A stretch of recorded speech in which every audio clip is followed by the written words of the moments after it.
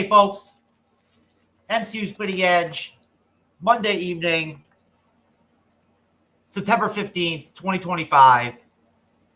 Jeff S., a.k.a. TrueKnowledge, co-host of the MCU'S Bleeding Edge with Andres the Pop Culture Guy, as always. Covered Daryl Dixon. Technically, we like to call it Daryl Dixon Season 3, but it is The Walking Dead Daryl Dixon Book of Carol Season 3, Episode 2 that we're breaking down tonight. That is a very long fucking title, but that is the actual official title for the show. But we like it nice and simple. Daryl Dixon Season 3 is how I like to say it. So, so we're here to talk about Daryl Dixon Season 3. Once again, me and Andres rocking it out, MCU'S Bleeding Edge style. And, we got a pretty decent episode this week, nice and long. Nice, good 49-minute long episode, or something like that, I think. Might even have been 50-minute. I'm not sure. Might even have been a 50-minute plus episode. I'm not sure. I can't remember now. It's 58. Yeah, you're 58. Okay, yeah. So now, of course, 8 minutes of that is credits and them showing you the teaser for the next episode, and you know what I'm saying?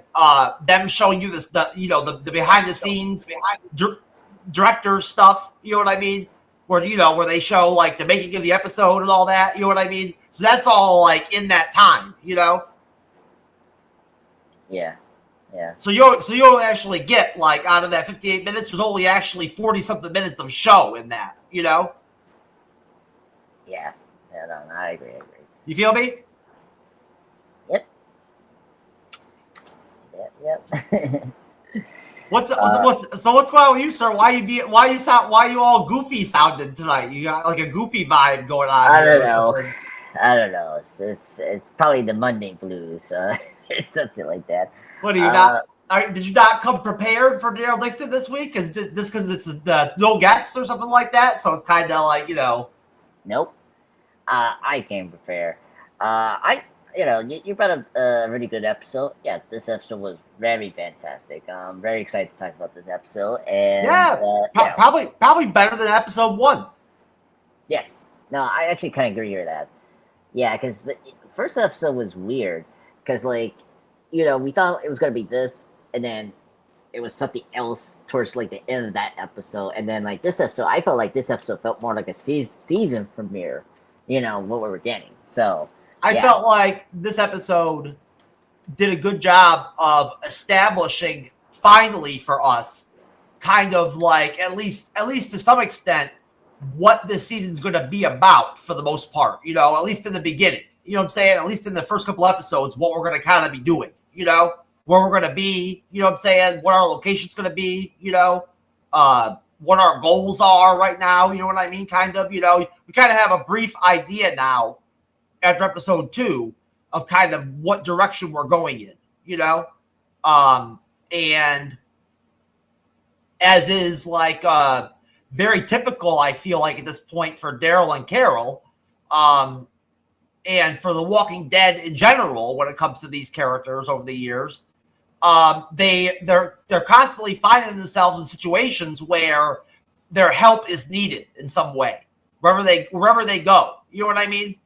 There's always some situation that's occurring in whatever city they go to. You know what I'm saying? Whatever place they go to, there's always some problem or some person that needs to be saved, or some deal or some deal that Daryl's got to make. You know what I'm saying? To be able to get back to the U.S. and get a boat ride. Or he's got to save some kid. You know what I'm saying? Like there's always something. So of course, that's where the direction they go in again with Daryl and Carol for this episode, and for this season, it looks like, what I'm saying, is that same kind of trope, where, they're again in some place new with strangers, and seeing things they don't like already, you know what I'm saying, and there's already tension going on, Yeah. Daryl's already had to kill a couple people, you know what I'm saying? Yeah, right away we got kills, which was good. Not right away. It took a while. Oh yeah, well, when he found Carol I wasn't even sure why those guys were even like hunting him, to be honest with you, because Carol was the one that was talking shit. You know what I'm saying? You know, like Daryl didn't do anything or say anything wrong. You know what I mean?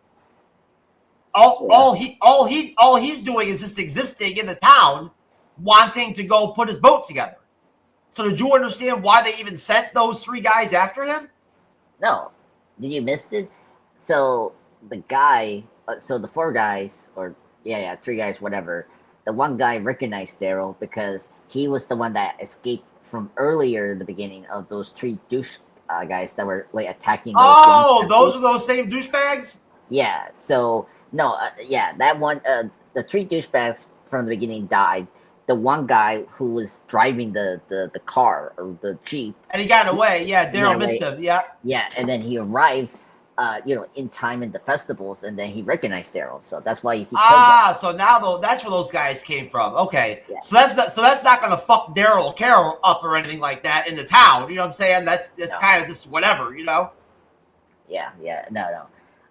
We'll see. I mean, knowing Daryl, hopefully he disposed of those bodies well. You know what I'm saying? You know? Yeah. I thought this episode was good. I liked it. I'm very intrigued about the storyline we're gonna get soon. With the next 6 episodes so far. Very promising start. Well, 5 after 5, this one. one. After this one. Yeah, 5. My bad. But very intrigued, I gotta say.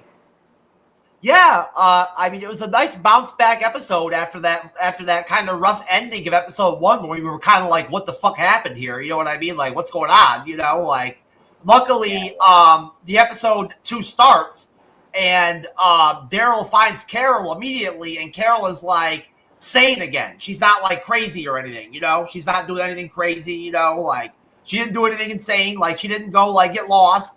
She just went out and she just took a walk in the woods, you know, and happened to come across some young lovers in a stream or something like that, you know, which is how they come across the young kids that they end up saving and how they end up in the town. Yeah. Very good opener. It was good that Carol is still sick, but she's not like dead. Like, he stopped, his like her fever to go up. Yeah, I think Daryl said she had pneumonia or something like that. Something like that, right?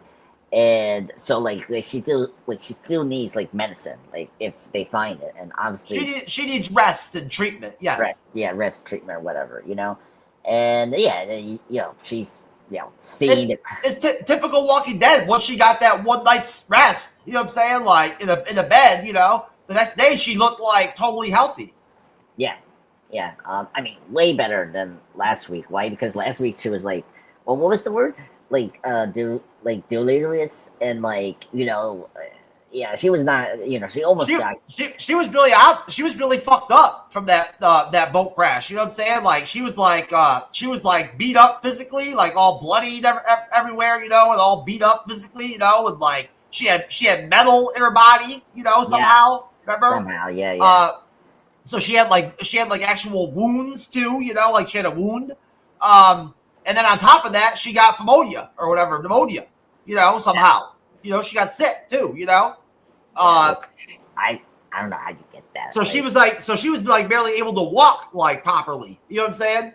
Yeah, and I mean, yeah, it was funny like that, like after, getting the metal out, like you think that she will stay asleep, but nope, she wakes up and just walks off, while Daryl is like getting some food and stuff like that. I know I missed out on a lot of like Carol stuff that happened in The Walking Dead because I fell off with the show eventually. So I know Carol did a lot of stuff in later seasons. You know what I'm saying? That I never got to see. You know what I mean? And I'm sure stuff happened to her. She probably got beat up or hurt at other times. You know what I mean? Because hey, I mean, she was a main character on The Walking Dead when we stopped watching it. You know what I'm saying? And when Rick left the show, I believe they made her even bigger on the show, didn't they? Yeah. Well, after Rick left, she became like the. After Rick left, it was her, Daryl, Maggie, and Negan, basically, right? Like they kind of were like left to like keep Michonne to hold the show up. Yes, yeah. Before Michonne left, yeah, it was her, Negan and Daryl and Maggie. Yeah, towards the end of the show, yeah. Yeah, I mean, it makes sense. I mean, like she was, after her daughter died, she became more strong. Well, she went in her own direction though. In the later on seasons, she left the group, and went with the guy with the tiger, the black guy. Oh yes, okay. I think I do remember that. Didn't she? I Didn't don't. she? They had a relationship, and didn't she basically join his team? Yes, I know I know she had a relation with the guy with the tiger you brought up. I don't know about like her moving out to another town. To him, I need to see the recap to remember. I saw episodes in the later on seasons when I would check in to watch the show where she was with that group and she was wearing their armor and stuff like that, Okay. and fighting with them. You know what I mean? Okay. Look, I think you're right. I can't. Like I saw a major battle in like season 9 or 10 or something like that, or 8, like where all the different factions that came in to fight the battle against Negan and the whatever they were called, the his whole group. The Whispers. Yeah, that group. No, Negan wasn't the Whisperers. No, Negan's whole group. His group were not called anything. Or yeah, there was a name. They had a name. Negan's really? people. Yeah. I just don't remember what they were called anymore. Yeah, I don't remember. They had a name, but they had like a motorcycle club kind of name, like. Oh, I see. But either way, in the big battle against Negan and his people, at the end there, like that part of Walking Dead, when all the different factions of the Walking Dead came together to fight, Carol was with the black guy with the tiger and their faction. Okay. Yeah. I'm just looking at. I'm trying. Oh, okay. So, if I remember correctly, it's Survivors. I think that's the name of his. No, group. they weren't called the Survivors. No. No. Okay. Just give me a minute because it's right at the tip of my tongue. I just can't remember the name of it. Hold on. I can say something like you. It's called. They're called the Blank. Like his whole group. There's no blank. It's just say the Survivors. Saviors. That's the name of the. I guess. I remember them being called something different, but I could be wrong. I don't know. Yeah, that's the name of his group. I mean, I could have swore, Andres, that they had a different name for his group, his whole group, like on the show. Like they had a name, as a gang. Yeah, I don't think I could call his. I mean, I need to rewatch the recap and say what he had a whole army. And that's, I mean, you know what I'm saying? That's why he was able to fucking take Rick and all them out. You know what I'm saying? And like, beat them down and like enslave them and everything. Yeah, in the later series. Yeah. Weren't they called the Outsiders or something like that? No, they were not called Outsiders. I think that was something else in the later seasons. Either way, I'm telling you, I would bet $20 on it. Negan's people, his group, his army had a name in the show. Okay. They went by something as a gang because they were a gang. You know what I'm saying? Yeah. I'm just looking at the information here, and so far his. Yeah, I'll look into it later. I could have swore that they went by something else, but I could be wrong. Who knows? Again, I wasn't even watching the show at that point. Yeah. I didn't follow any of that stuff. Yeah. Okay. I just saw that final battle episode where they fought back finally. Rick and everybody fought back against Negan. Yeah. Okay. Got it now. Now the Whisperers came after, and then and Negan actually fought against the Whisperers. Yeah. Right. Yeah. And I just want to bring up the other names here. Like I'm just looking at enemies that like Negan faced. We got the military, the Milita, the Scavengers, River People, the Savages. Yeah, and there's no outsiders. I think that was like maybe an episode that was called that. But yeah. Well, either way, he had his large group. He did have a very high number of soldiers and everything, Yeah. and they were well organized and everything. Remember, Yeah. Here, I'm gonna show you here. Rick and the team fucked up when they thought that when they went and took out that whole building full of Negan's people that one night. They thought they were pulling off they're pulling off some big win against those people, not knowing who they really were. You know what I mean? Yeah. And they didn't realize that mission, what they did, then led to Negan did the baseball bat and the circle and everything. Yeah. Yeah, that was crazy. Yeah, it's been a while. I'd say that was episodes. Yeah, when Negan killed those people, that was the punishment, for that hit for that night when they went and killed all of his people. Yeah, it's true. I mean, besides Glenn, it was Abraham got killed. Yeah. Yeah, that was retribution for that night. He said that. He was like, you killed. He was like, you killed a lot of my people. Yeah. But I want to work with you or whatever. You know what I mean? I don't want to hate you. Yeah. I want you to work for me or whatever he says. Yeah. If I remember, a long time ago. That's what he said. Yeah. Yeah, and then right, and I think I remember this part. Either Abraham. Oh no, Daryl. Because that was his attitude. That's Negan. You know what I'm saying? He didn't want to kill all of them. You know what I'm saying? Because he saw that some of them were productive. You know what I mean? People. You know what I'm saying? So why not, have them on his team? You know what I'm saying? Yeah, that's true. But under his foot, though. You know what I'm saying? Under his, Yeah. Yeah. I need to rewatch that part. I can't remember those. That must have been a depressing season to watch.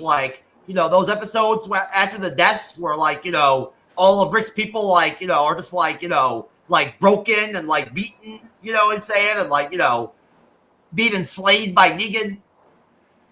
Yeah, I guess so. I unfortunately after that premiere I tuned out after that point. So I don't remember season 7. So that's when so many fans tuned out. That was it. That was the time right there. Yeah. So I just know the premiere and that. That's a fact. That was the biggest drop off right there. That point, Yeah, I mean that was the biggest drop of fans. As far as for the show, you know what I'm saying? That's when viewership really went downhill. Yeah. But anyway, so the opening, you got these 2 kids who we found. Are you trying to get us back on track? Let's get back in track, sir. Because I just want to bring up the title because just like last week, we got the title here, La Ferende. It means the offering. I stopped caring about the titles on Daryl Dixon because they're always in foreign languages anyway. You know what I'm saying? So yeah. Hey, they translate now. I don't know if you noticed this, but they actually translate now the first 2 seasons episode titles in English. So yeah, I saw that. Yes. Yeah. So I don't know. But yeah, only episode 6, and only episode 6, you can tell. It's cool. I liked it when they had all the French named episodes. In the first 2 seasons. You know what I'm saying? I like that. Yeah, it was good. I really enjoyed it. I like that they actually keep doing that with the Spain stuff, which is cool. It's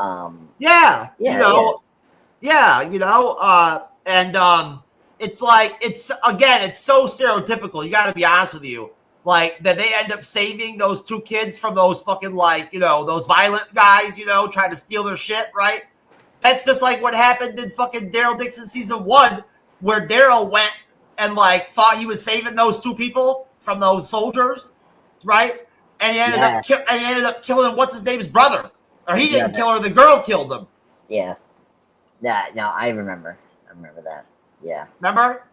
Yeah, in the pilot episode where because right, you remember that he got raided by the two thieves, and then the military people I think found those two, and then he killed the brother. Daryl stepped in to try to help, and then those two people robbed them. Didn't they rob Daryl? Yeah, it was like afterwards. Yeah, well, yeah, it was during that time. Like Daryl found them, and then he was trying to get his stuff, and then the military, with Because they were scam artists. The chick and the old man, they were like scam artists. You know what I'm saying? Like yeah, pretending to be weak, pretending to be innocent or whatever. Yeah, which was funny, and they were very good. And then the chick killed what's his name's brother, and then that guy hated Daryl forever after that, because he thought Daryl killed his brother. Yeah, which is weird. And wait, did we kill that kid too? Like in one of the episodes in the first season? Because like the guy still didn't think that like that girl was the one that killed her brother, which is funny. I can't remember about all that, but what's his name finally died at the end of season 2. I forget the name of that character, but we really used to really like him. Remember? Oh yeah. Who is it? Not Isabel. Who is it? That was bugging me, but yeah, not the Preacher Man. The Preacher Man was not that. No, I'd have to look it up. Yeah, I can't remember because we did like him. Because he has a French name. French name, yeah. It was not a doctor. Did he die too? Yeah, he died at the end. Remember, he died in the subway, in the tunnels or whatever, at the end of season 2. Huh? Maybe he didn't die. We never saw his death. Remember, he just took off. Remember, he freaked out. Oh, okay. I think I need to rewatch season 2. Remember, he was with Carol and Daryl, and he went with them underneath the tunnel to go into the UK. Oh, you mean UK tunnel? Yes, I think I remember. From last season. I don't know. He took them, but he didn't die. He like leave them to like where to like go afterwards. I think that he didn't die. No, he went. I don't know if he died, but he went crazy and took off and ran away. You don't remember? No. Remember he inhaled the gas. Remember there was gas. Yes, I remember that. I need to rewatch that last season, sir. I can't remember. And he lost it. He went crazy, and the last we saw him, he was running away. He was like running. Huh. Okay, I don't remember that. Yeah. And like Carol and Daryl lost him. They couldn't find him, so they had to give up on him.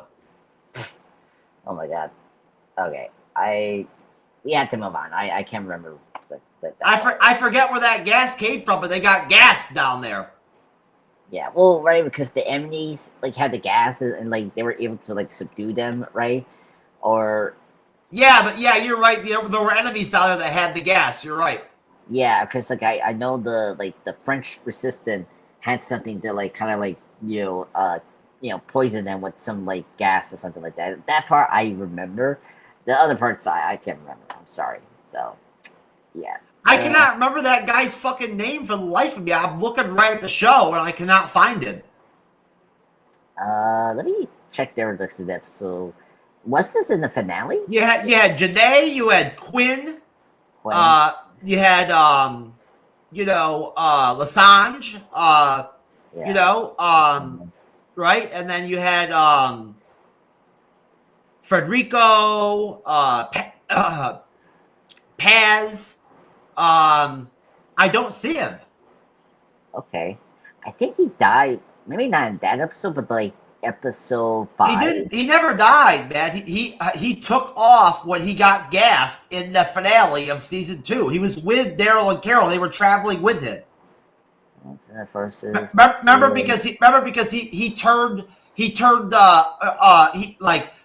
up with Daryl and Carol and said fuck Janae, Yeah. Okay, I'm looking at the Wikipedia right now. The fandom. Remember, right. he fought with Daryl and Carol at to save Laurent from the nest. Yes. It's first to stop because the following the air in the through line. Okay, was it Ash That was He was his name? he was a villain in season 1, and then he became like like an anti-hero in season 2. Okay. I think I know who you're talking about. He Yeah, he was Janae's main guy, her top dog, you know.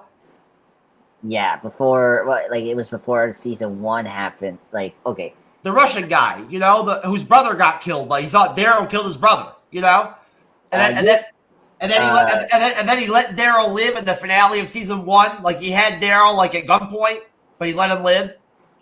yeah. Okay, I found him. Yeah, so it's Stefan Cornon, Codron. Oh, He Kudron, yeah, Yeah. Kudron. So let me go to the finale now, and then okay. Yeah. So okay, I remember this. Now part. I remember Kudron. Yeah, that's who he was. Yep, he was Yeah. great. Remember, we really liked him. Yeah, he was a great villain for season 1. So yeah, because I do remember this part. Because yes, he was He got gassed and he hallucinated and he freaked the fuck out or whatever, and started getting all crazy and violent and shit and everything, and then he ran away. Yes. And then after that, he hallucinated again, his brother again. He runs off down the tunnel after, was it Michelle or Michael, leaving him with an unknown status. Okay, yeah. So you're right. So he could be alive. He could be alive if they bring him back, but I don't. I mean, he was a durable motherfucker. Like he can survive. You know, he was a survivor. You know what I'm saying? Remember, he was like tortured and shot and like everything. You know what I'm saying? And he like walked away from all that shit and survived. You know? Yeah, he has like an eye patch now. He got fucked up a couple times in the show. He got beat up bad. Remember, he got like tortured and shit like that by Janae. Yeah, he did. Yeah, because she knew towards the season 1, right? Because she knew something was wrong with what happened with Daryl there at the end. You know how Daryl walked away and he let Daryl live and all that shit. Yeah.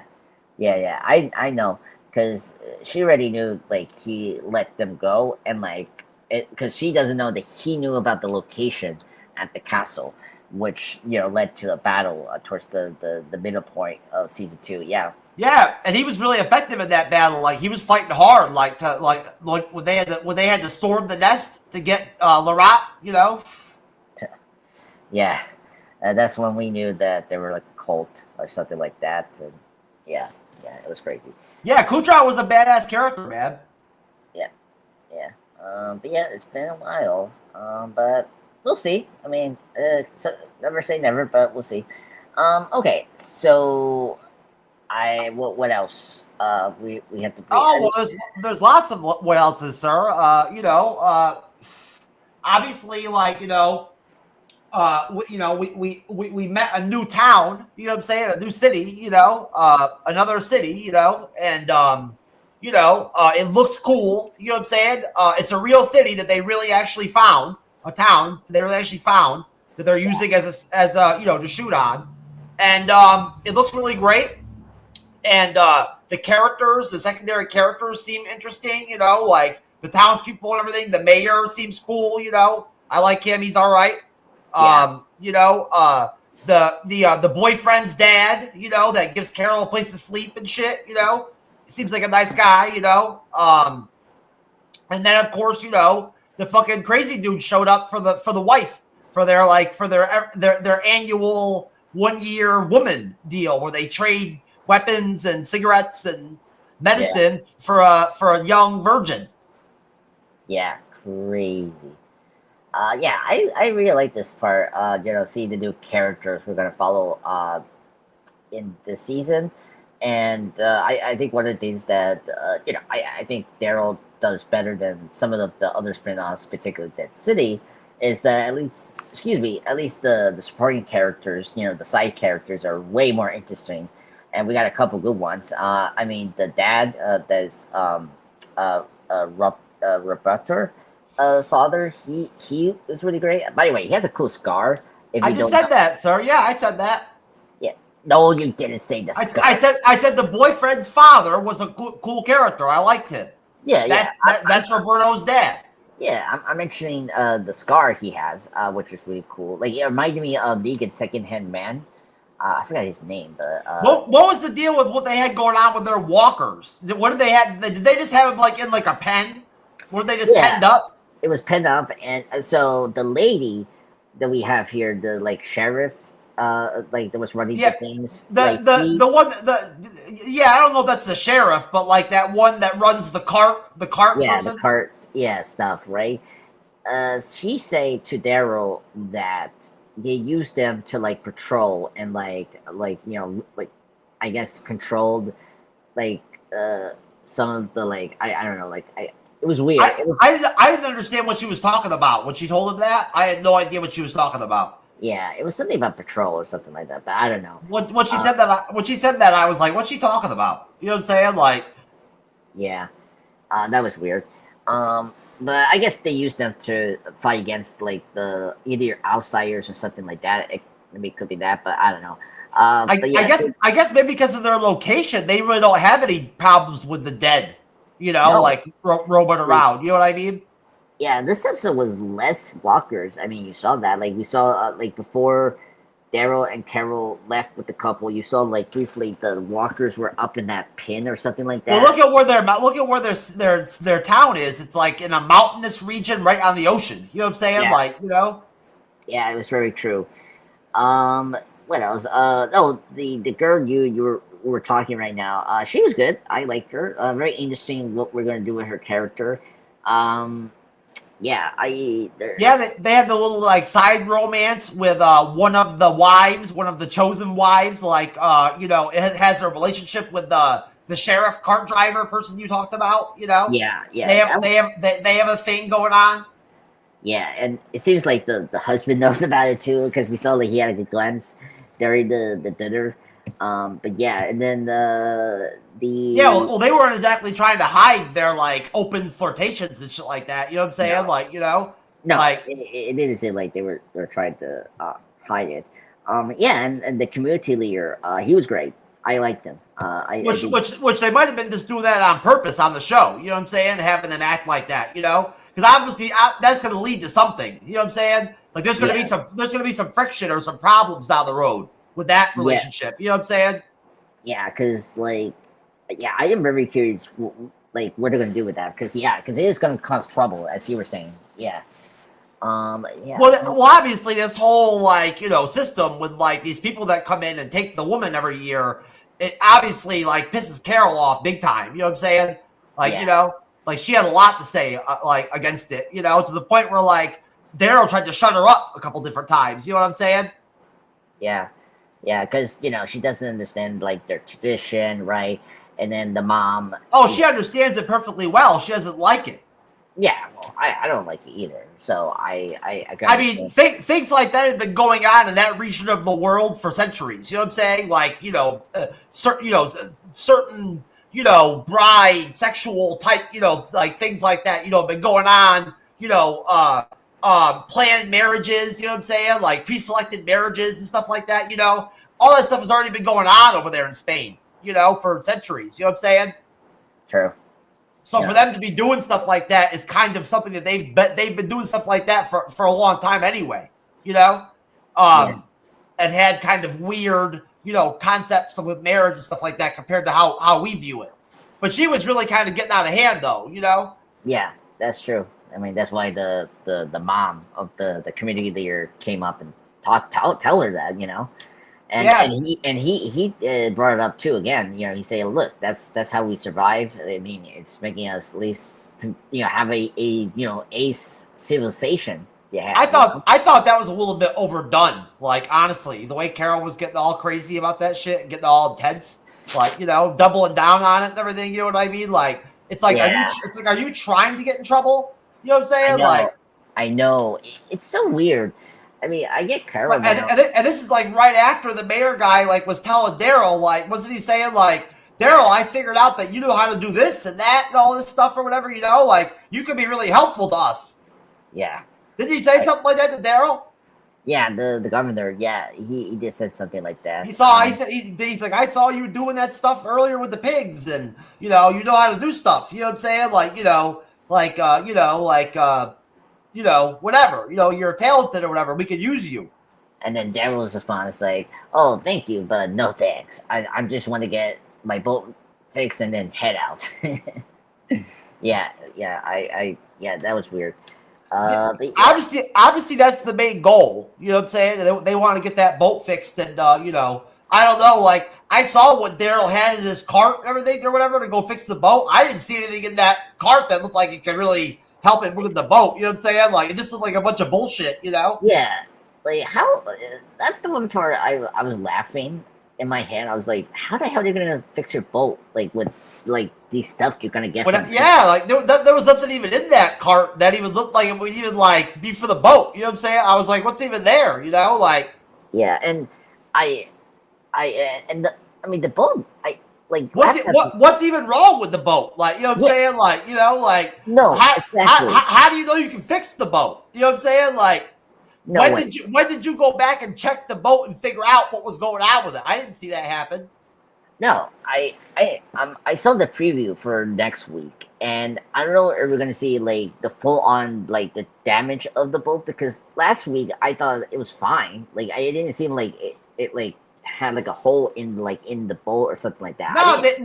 They just shipwrecked. They just you they know shipwrecked. they completely like you know landed badly. You know what I'm saying? So like you know Yeah, the damage to the boat could not even be that bad. We don't know. I don't know. I hope next week they confirm something. Like That was a cheap boat anyway. You know what I'm saying? And Daryl is a pretty creative, pretty resourceful guy when it comes to fixing things. You know that. yeah, no, that is true. He does fix things. I mean, he does Yeah. that with his bike. He always Yeah. fixes machinery and bikes and cars and you know. Yeah, that was funny. Yeah, I never like. Yeah, it's just weird. Like I don't know. We'll see next week if they show us some like part of the boat that like it is damaged. And I'm like, okay, I get it. It's just weird that these last two episodes, it's like giving some context of like where in the boat is damaged. You know, it's just like it's not that hard, and it's weird. Yeah, Like did the boat take on water? You know what I'm saying? Like you know, like yeah, you know what I yeah. mean? Like you know. Or like what they should have done was like the boat hit something that How are they going to push the boat back to the water? That's true. I mean, if they survive the end of the season, if these people from the village, They're going to survive. Daryl are going to survive. Yeah, I don't know. I mean, if those two couples survive towards the end of the episode, I can see them pushing that boat. I mean, something like that. Well, obviously they're going to try to get them off. I mean, you see that like in the little trailer for episode 3 at the end of the show. It shows them like working on the boat with the couple, you know, or whatever, you know, like going to the boat with them, you know. So obviously they're going to try to save them and get them out of the town. You know what I mean? Yeah. So that was very interesting. So we had a twist in this episode, right? That the couple were escaping from from the town, and because we got confirmation that the girl who is like the one that was doing the and we've seen movies before in the past that have had similar sort of situations like this with forced marriages and stuff like that, you know, where there's like the couple that has to like sneak their relationship and hide their romance and they have to like run away, you know, because the girlfriend's going to get married off to like some other guy, you know what I mean? We've seen that before, you know. Oh yeah, I see that before. Like not even movies, but like music videos and TV. Yeah, it's such a traditional thing. Yeah. I mean, you know, I mean, look, like at the end of the day, you know, there's a lot of cultures out there that to this day still are doing arranged marriages and stuff like that, you know? Yeah, that's true. You know, you know, like to each their own, you know what I'm saying?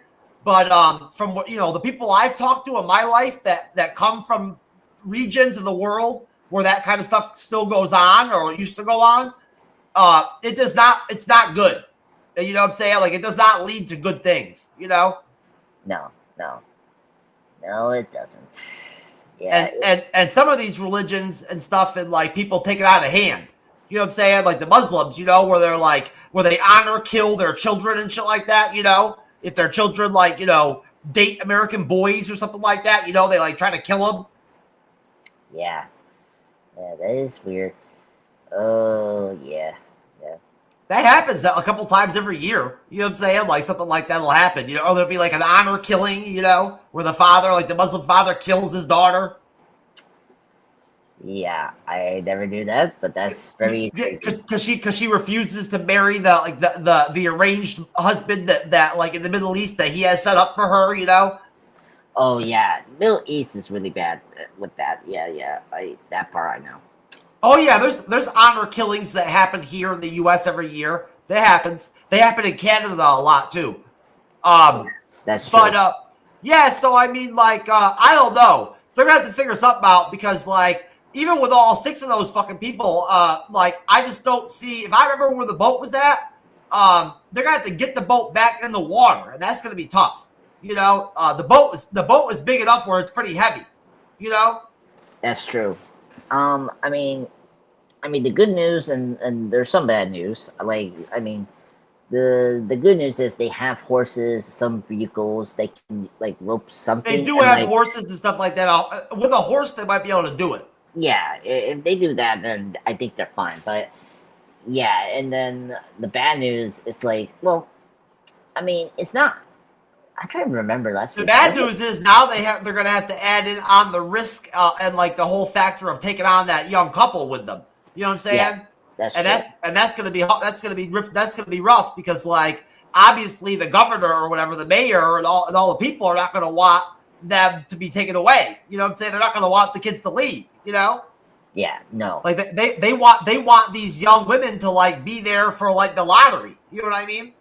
Yeah, the uncle especially, because the uncle is trying to, because we know like it is a bad thing, but like we understand they're trying to like keep this like peace with the other like. It's worked out well for them for their town. You know, right? The mayor said that things have gotten a lot better since they've started doing it. You know. Yeah, so I mean it's sad, but we'll see if this see if this kind of continues and. Because we saw like a couple of people didn't like that marriage. Because like that one guy who like did like a like that one. Oh yeah, the father that came out and he was like, "I haven't talked to my daughter in 5 years. Where is she?" Yeah, and then you saw like those 2 other people up in the roof or like in the apartment. You saw them; they didn't like it. So I'm very curious if we're gonna get like a group. Oh, it was like a very sad, emotional situation for like all the women and the family members and. You saw the mother get up to do a speech and she couldn't even talk, Yeah, that is true. Yeah, the mother for that child. Yeah, it was pretty tough. What else happened? Oh, because they don't really know what the fuck what's gonna happen to these girls when they send them off. They have no idea, Yeah, so I have they could be getting raped and tortured just because this one chick shows up. You know what I'm saying? And she's fine and looks all healthy. You know what I'm saying? And happy.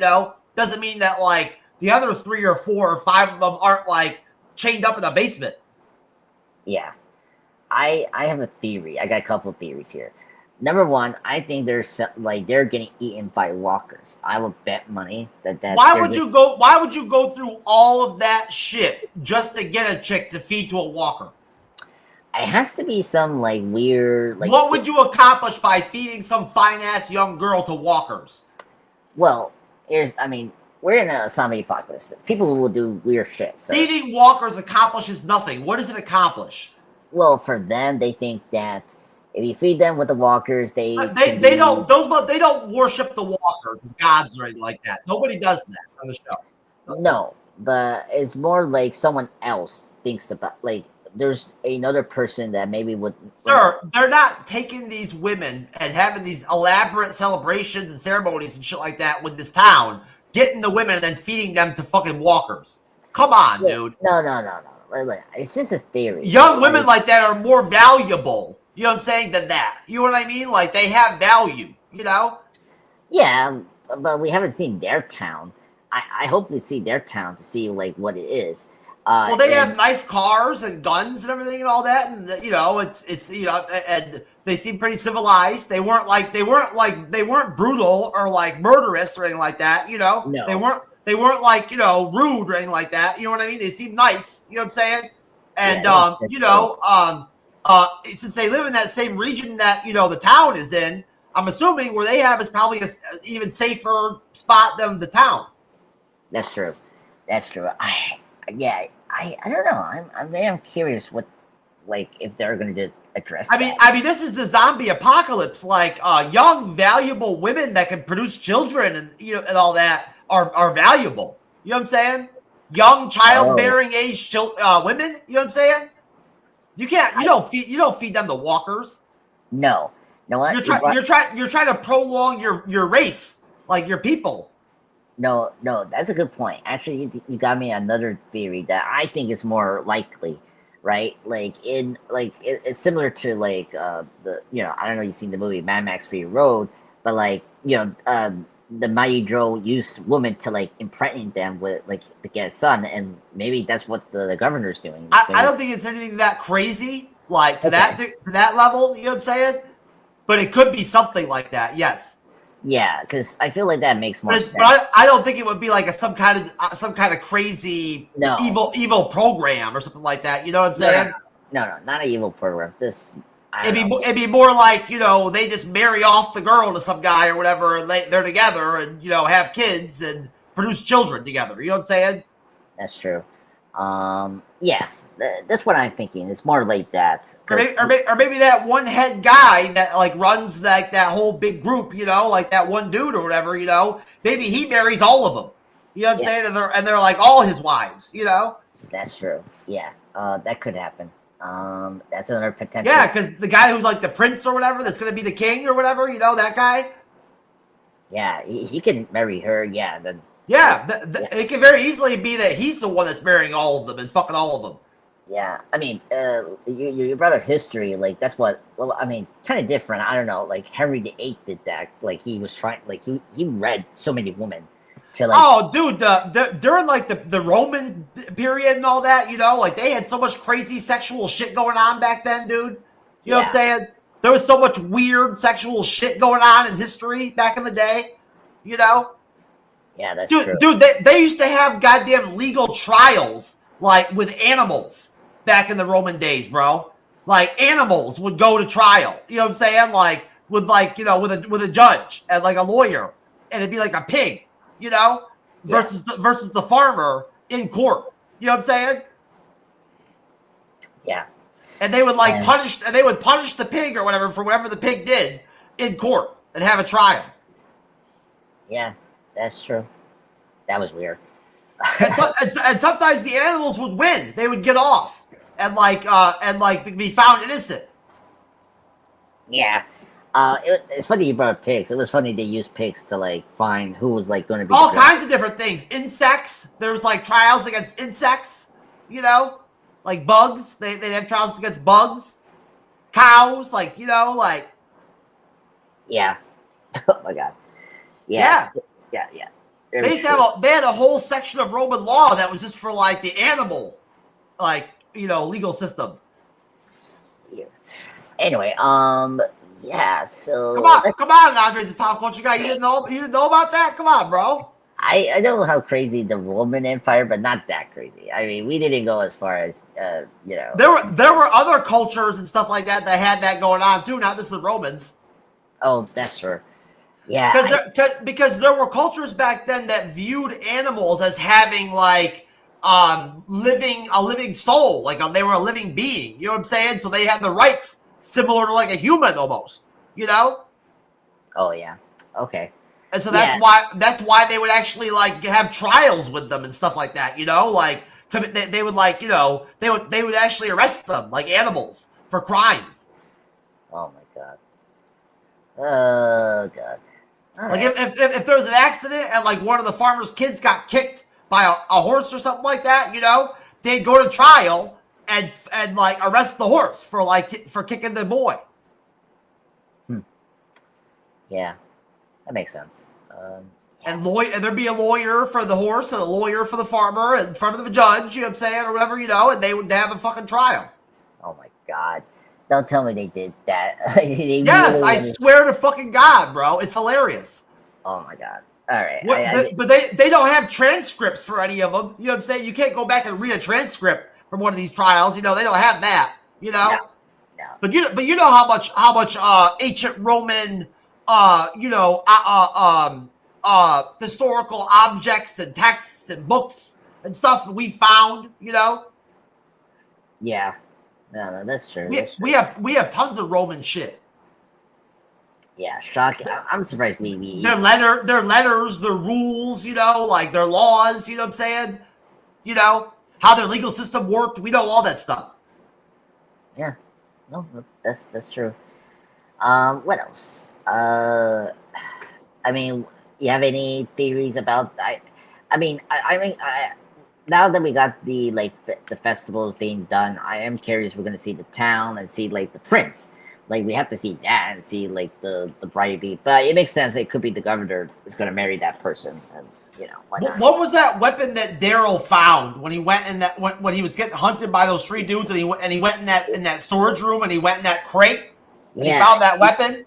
It looked like it's so and then he unleashed it and it like unleashed up it made a noise and like got longer or whatever. Yeah, you know, it's like a pocket knife but like larger. That's what it was, but like it was like almost like a big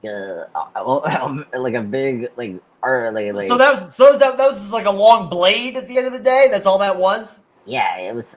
Yeah, it was more like that. Yeah, it was cool. By the way, I really like that weapon. That was neat. Yeah, they always usually do a good job of making sure that they give Daryl multiple cool weapons throughout the course of the seasons. You know, yes. for him to kill people with. You know what I'm saying? You know. Yeah, I did appreciate that. Yeah, he always gets the cooler weapons. I mean, of course, he still uses his like crossbow gun. You know, you never see him really when he goes hand to hand. You know, you never see him killing people the same way all the time. No, he's they're very creative with Daryl killing people. Yeah, it's true. Daryl seems to always be able to find that like random weapon just like hanging out somewhere. You know, like some random weapon object, like a tool or something, or like he always finds something. You know. Yeah, I always liked was it first season Daryl Dixon? Yeah, he find like the axe thing. That has yeah, the weapon that has the ball with the spikes on it and the chain. Yeah, and you spin it around. Yeah, I like that one. That's a devastating weapon, dude. Hard to use, like hard to actually use in battle, you know. But like, if you land a strike with that motherfucker to somebody's head, holy fuck.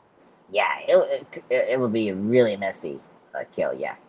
That's some serious damage right there, dude. Yeah, exactly. What else? Yeah, you know, it's a funny thing. The big, tall, black guy, that was funny throughout the episode. Like, he just stares at Daryl. It's like, what the hell? Yeah, he kind of walks around a little bit and everything, you know? But everybody seemed to be pretty chill with Daryl. Like, nobody seemed to really give him pay any attention to him. Even when that new group came in, you know, or whatever, you know, for the wife, you know, lottery or whatever, you know, they didn't seem to pay attention to Daryl at all. You know what I mean? Or Carol either. Yeah, it was like friendly. Yeah, even though they're outsiders, so you kind of think that they would. You know what I mean? Yeah, it's very true. You know, they were lucky that Daryl killed those guys because they could have like ruined their stay. Because if that guy who survived from the beginning that told the government that, you know. I don't know about that. I mean, honestly, what Daryl did, like, he saved those kids' lives. You know what I'm saying? Almost. You know what I mean? Like, you know, so like if you would have fought those dudes in front of the mayor, you know, and killed them, I think the mayor would have been like, "Oh, good job," you know? Like, that's true. Honestly, why would the mayor care about that? No, that is very true. I guess that you're right, because those guys are like bandits or whatever, you know. Those are like bandits, you know, like desperados, you know, out there like, you know, like robbing and killing people. You know what I'm saying? Like, you know. Yeah, that's weird. I need to rewatch it episode because they weren't good. Those weren't good guys. You know what I'm saying? So like, I think if he would have had to fight them right in front of everybody, nobody would have cared. Yeah, that's true. I need to remember. You gotta think about the fact that it's a zombie apocalypse, so like nobody really has like a real legal system anymore. You know what I'm saying? Like killing other people is kind of just part of life now. Yeah, that's true. Whatever. I'm not gonna delve with that because if you have a good enough reason to do it, then like who cares? You know? Yeah, and I don't know if they're gonna address the now those men killed as well. So yeah, who cares? Yeah. Yeah, I don't think they would have minded it. They probably would have supported Daryl. True. I mean, the governor. I mean, the leader, the uncle. Yeah, prove it. Yeah, that's just true. That makes a lot. Yeah, they were liking Daryl by the end of the episode. You know, they were, you know, there was positive vibes from the mayor. You know what I mean? You know, you almost got the vibe from the mayor that the mayor almost might want Daryl to stay around longer. You know what I'm saying? True. Yeah, he did ask to stay. Yeah. Oh, is that what he did? Did he ask him to stay? I think one time during that dinner. When he was applauding him and tell about all of his talents and all that shit. Yeah. Yeah. Oh, okay. I'm just looking at my notes here. So the guy that Daryl killed, he's called Manuel. He was with the bandits, as you were talking about. So they were bandits. So it was weird that he was with them. And then Daryl recognized Morale because he was a soldier. You know, there's still bandits and criminals and hoodlums and stuff like that. Look at what happened in the tunnel. You know, in season 2 when they tried to go to the UK. You know, yes, you got sabotaged by other humans, not walkers, humans. Yeah, that is true. That is true. Yeah, yeah. It's always weird when they just like literally drop like other human bandits or this like in the. Well, they've kind of made it to now at this point now to where with shows like Daryl, like it's the human versus human conflict that they really want to like go with. You know what I'm saying? Not so much the Walker fighting. You know? Yeah, no, that's true. At least Daryl's doing it good because like Dead City has done that so bad. I don't know why. Yeah, Dead City sucks. Yeah, so sucks, and because they doing the same thing as Daryl doing, but like they do it worse. And here, at least Daryl, I can understand why we have this, bandits and criminals, like you were saying before. Yeah. There's just so much better attention to detail on Daryl Dixon. You know, like and the secondary characters are better. You know what I mean? Like the writing is better. You know, like yes. The stories are better. You know, like they make more sense. You know. Yeah, it does make more sense, and this show just does a better job being creative, like more creative. Like what are Negan and Maggie's goals even on that show? Like, can you even tell? Can you even name what Negan's goal is right now on that show, or what does Maggie want in life? You know, like, do you have any idea really? I mean. Maggie, I get, but not Negan. Because she doesn't want to be happy. You know what I'm saying? Like, she, what does she? I mean, what does she even want at this point? Like, you can't even tell. Yeah, like the only reason she's gonna stay in the city is because her son, who, by the way, her son is crazy now. So I don't know why she wants to stay in. I think she's gonna abandon her son in the next season. I'm telling you. We'll see. The son's gonna be gone. No, I hope so, because I don't want to see the son. And then Negan, he's done. Yeah, I hope he's done. But Negan doesn't know what the fuck he wants.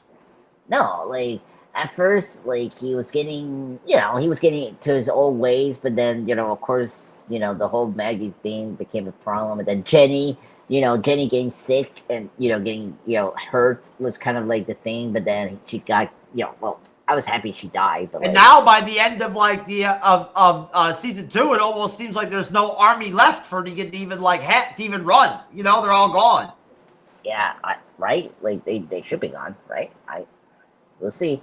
I don't know. I don't know. We'll see when they we get season 3. I just hope I mean, I want this city to come first so that we can enjoy Daryl Dixon season 4, because I don't want that to be switched. I really appreciate the fact that they've been pumping out these seasons of Daryl Dixon out so quickly, year after year. It's great that you and I have managed to review 3 seasons of Daryl Dixon. That in 3 years. That is so true. This is the weird because we were talking it's been a talk. Every show now is. They take up 2 years or even more to get their season out. I think I saw that the next season of like The Last of Us or something like that is going to be in like 3 years from now or something like that. Oh my you know, god! like Yeah, 2.5 years or 2 something. You know. years. Yeah, so something like around 2027 or 8. I don't know. Yeah, that is crazy. And that's it. Yeah, like I'm happy that Daryl Dixon can at least punk these seasons like a year because that was a traditional thing. Look at Peacemaker. I mean, I have no idea what actually happened behind the scenes with Peacemaker, but for whatever reason, it took them fucking like 3+ years to put out another season of Peacemaker after season 1 came out in like 2022. That I understand because you had to consider that James Gunn. Yes, because of where things were at with like Warner Brothers and Gunn and DC and all that. Yeah. Yes, and plus he, I mean, like first off, he came back to Marvel to finish up Guardians 3. Sir, I've been fighting with a lot of these DC fan people on threads lately. I've been getting into some arguments. Why? You know, because I'm trying to tell these motherfuckers that like all these crazy DC fans think that they're gonna make all these different side projects in the Gun DCU now. That there's gonna be like a Mr. Terrific movie's gonna be made and all this other shit. And I'm like, that's not gonna happen, bro. Like they're gonna stick to the fucking slate that they made. You know what I'm saying? Like, that's what's going to happen. I don't care what you think. Like, I'm not even a big, knowledgeable DC fan. I know this. You know what I'm saying? Like, you know, sure, they've already made some changes. Yes, I get that. You know what I'm saying? Yeah. That's normal.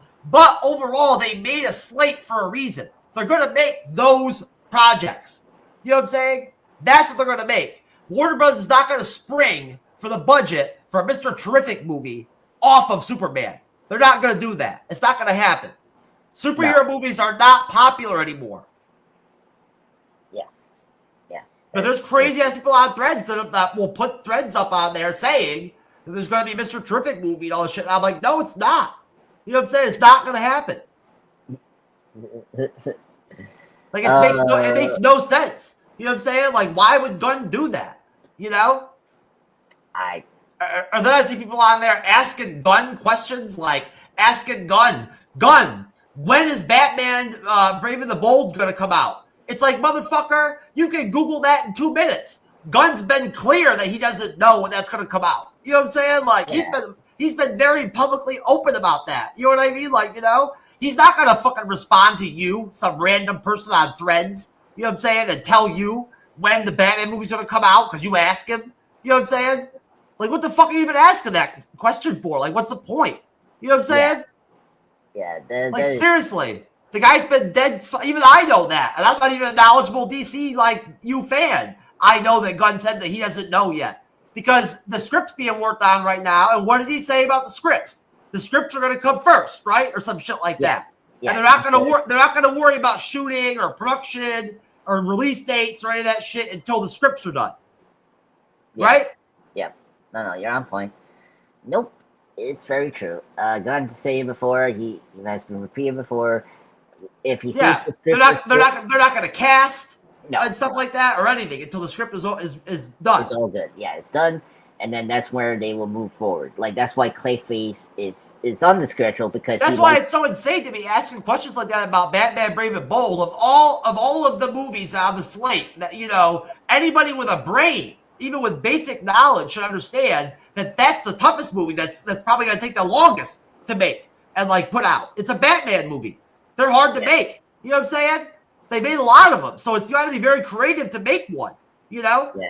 Just writing a script for a Batman film probably takes longer than your normal script. You know what I'm saying? True. And then they also got to contend with the fact that the Batman comes out in 2027. You know what I'm saying? That's the same kind of window that people thought Batman DCU might come out. But you can't have both those Batman films come out in the same year. No, you're on point. Like, Gunn is not going to allow that to happen. We need to, like, finish up the Pattinson first, and then we get the new Batman. Like, that's what I'm saying. So, like, it could be fucking 3+ years till we get, 4 years till you get that Batman film. Yeah, I mean, look how long it's taking to get Batman Part 2, folks. Like, it's so of course projects like Wonder Woman or like Clayface are projects where like those projects like that can be made like cheaper, quicker. You know what I'm saying? Pumped out quicker, Yeah. No, I agree. Because I mean, like even Clayface is going to be a low budget horror film, so that's a good thing. So yeah. But even then, just because there's some rumors here and there about like oh, now they're talking about doing a Wonder Woman movie and all this stuff. They're just rumors. You know what I'm saying? Like, yeah, wait. There's all these people on there flipping out about Blue Beetle on there, which I know you love Blue Beetle, but I'm telling you right now, he's not going to get another solo film in the DCU. It's not going to happen. No, I don't think so. Wait, that's weird because but yet there's like hardcore DC fans on threads that will like fight tooth and nail and are saying that Gunn's already basically said that he wants Blue Beetle in the DCU. Yeah. That's not true. Like Gunn just say to like he say that Blue Beetle can be part of his universe because like I see the film and it doesn't really connect at all with the DCEU continuity. Like they don't really reference like the version of Henry Cavill or Ben Affleck's Batman. Like it just like it tell us they're in it's very independent. Yeah, very independent to everything else. Yes. Yeah, to everything else. Like, they mentioned Batman, and there's like a Lex Luthor like reference, but that was really it. And so he never actually came out and said, like these assholes said, that Gunn actually has made it clear that he like really likes Blue Beetle and wants him in the DCU and all this shit. No. I mean, he likes the film. He say he wants to bring Blue Beetle. We're getting the animation series of Blue Beetle. I heard that. Yes, I heard that.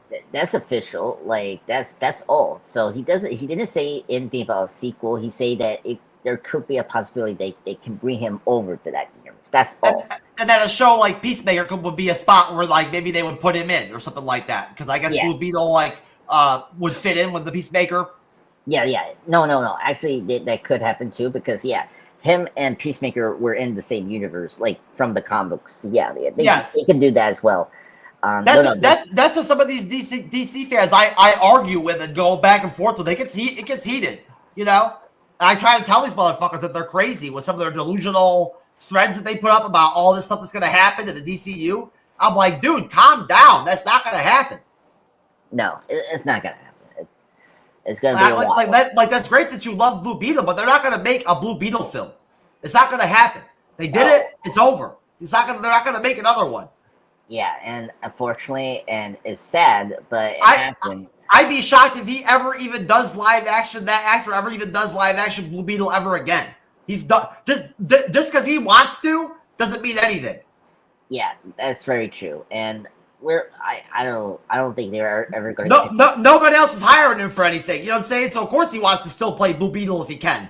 That's what one guy even said to me on Threads. He's like, "Oh, and the actor says he wants to play the character still." I'm like, who fucking cares? Of course he does. He wants a job. Yeah, every actor says that. Like, what the fuck are you talking about? What does that mean? You know what I'm saying? I know. It's so ridiculous. Yeah. Man. I go on there and get these arguments with these motherfuckers about this stuff. It gets intense. It's funny. What else? You say the Wonder Woman movie. I mean, that is like going too far. They need to do the. Yeah, that's just a rumor, man. You know what I'm saying? Rumor, even I know that. Like Gunn hasn't said anything about it. He hasn't said, we're working on the Wonder Woman script right now, or whatever. Like he hasn't said that. No, I think there was like people thought there is no Wonder Woman project in that slate in the Gunn slate that was released in 2022 or whatever. There's no Wonder Woman project in that. The only one was that like prequel one that was like Paradise Lost. That was really it. Yeah, but I don't even think she's even supposed to be in that. Yeah, exactly. So, like, I mean, even that doesn't. Somewhere it became rumored, and I heard a long time ago that show's not supposed to have or be about her. No, it's going to be about the mother and all that. Yeah, I don't know. We'll see. We could be wrong. You know what I'm saying? You never know. They very well could have her in it. You know what I'm saying? Yeah, exactly. I mean, yeah. Again, people need to understand like. When the scripts are done, then it's moving forward, and you cannot just like make these rumors out. Yeah, just because there's rumors doesn't mean that like suddenly like they're just going to scrap. Why do you think Warner Brothers and Gunn and then Safran bothered to make that big presentation 3 years ago and and release that big slate for nothing? You know what I'm saying? Like, of course they're going to stick to it. they're following the Marvel Studios blueprint. You know what I'm saying? Like, that's what they're doing. They're following the Marvel Studios blueprint. You know, they laid out their phases. They laid out their slate, you know. Yeah. Now they're going to go out and they're going to make many as those projects as they listed. Yeah, and we're getting them, so that's good. So they're sticking to the plan, so. They're obviously sticking with it. It looks to me like they're heading in the direction of doing it exactly like they said they were going to. Yeah, I mean, Supergirl is in production. We know that. I mean, Lanterns, like, was in that part. Booster Gold is, like, upcoming, you know, here pretty soon. That's going to be coming out eventually. Yeah, exactly. So, yeah, you have to, like, listen, like, I seen the video. Me, you, Jeff, we reacted to it, like, a long time ago. And, like, yeah, they're sticking with it. I haven't watched that gun presentation in so long. It's been such a long time since I watched that. It's a long time for me too. I haven't seen it. It's been a while. But yeah. So they're still in chapter 1 of Gods and Monsters, like, to build out this universe. But yeah, just because he knows when the next Superman movie is going to come out, that doesn't mean anything. You know what I'm saying? Like, that's basic shit. You know? Yeah, and it did well, so it's getting a sequel. It makes sense. I don't really see how Peacemaker's season 2 is going to end up tying into Superman, honestly, but, like, we'll see. Yeah. With how season 2 of Peacemaker's going, I don't really see where anything's going to happen that would then tie into Superman. You know what I'm saying? Yeah, that's true. Well, I did finally finish watching season 1 of Peacemaker, and I saw that final scene of episode 8 where Aquaman came back and the Flash came back. The Flash came back, yeah. What do you thought about it? It was so good. Was that Ezra Miller? Yeah, they brought up Jason Momoa and Ezra Miller in that cameos. Yeah, that's awesome, dude. Yeah, because I don't care how crazy Ezra Miller is. I still like Ezra Miller. There's just something about him. All right, hey, that's up to you. Yeah, because that was the deal. Because that was the deal for him to go back to Marvel and to get this cameo, like, be official for that. Go back to Marvel? What are you talking about, Marvel? Because this wasn't supposed to be a thing. The cameos, that was, like, a part of a deal. Like, what does Marvel have to do with it? Here, let me review that. Continue with the episode of Daryl Dixon. Peacemaker's a DC Comics project. It's not a Marvel. What are you talking about? Here, so let me go to the final episode. So, when Gunn was, like, because he filmed Miller's scene. Okay, I misread it. So it wasn't like a deal or something like that. It was more like Marvel Studios did. It was more like a favor. He filmed this scene over in Marvel Studios because he was doing the Guardians film, and he made it. He used the lot to shoot the scene. Yeah, and at the same time, he shot a, like, what do you call it, like a audition for the actor that played the villain for Guardian Street, because he was in the Peacemaker season 1, and he wanted to show them this actor. He was the Supreme Intelligence. Yes, the high evolution. The high evolutionary. Yes. Yeah, and so that was the deal. That was, like, the favor. So my bad. It was more like, he was filming that, and then they shared location. Yeah, exactly. So that's what happened. But anyway, I'm happy you finished season 1. It's a great season. Peacemaker season 1. It's fantastic. One of the best superhero shows. It was awesome. It's definitely very interesting. It's different than any other TV show I've ever watched before. To be honest with you, it has its own thing going on. Yeah, I mean, that's, like, again, I say before, it's full on James Gunn just being let loose. And for once, I'm actually enjoying the multiverse, like, in that show. Like, I don't like the multiverse usually, but I'm enjoying it in Peacemaker. Yeah, I mean, again, Gunn knows what he's doing, and he knows how to use multiverse than whatever the other studios are doing. So yeah, I trust Gunn what he's doing with the multiverse stuff. So far, he's doing good with that.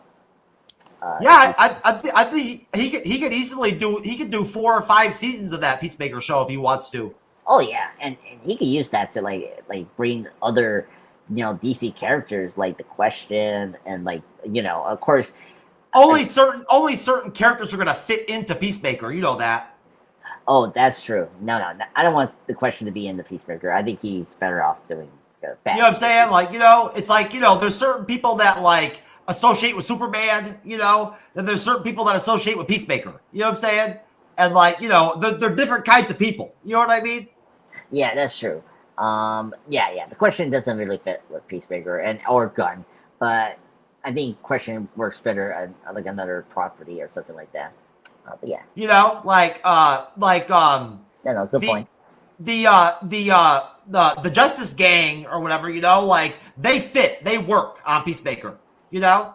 Oh, yeah, that's true. I forgot about them. They had cameos. Yeah, that's, You know, because they have that kind of flexibility where they can be like PG or R rated if they want to be. You know what I'm saying? You know, yeah, as characters. You know what I mean? yeah. Especially Guy Gardner. He has that type of energy for radar thing. So does the chick too. Oh yeah. She was good too. The hot girl. Yeah. And then obviously Gunn's brother is good too. You know, when you add him in there too. Yeah. As Maxwell Lord. Yeah, that's very good. I did heard about the Peacemaker like season 2 leading into Men of Tomorrow. I guess I could see Argus being like a factor into Men of Tomorrow because Argus is part of Superman stuff. And we know from the movie, the first Superman movie in the DC universe. I don't see how any of the tech or any of that stuff or any of this dimensional stuff would connect because they already did a pocket universe deal like in Superman 1. You know what I'm saying? They already did that. You know, they already did that whole like interdimensional vibe. You know what I'm saying?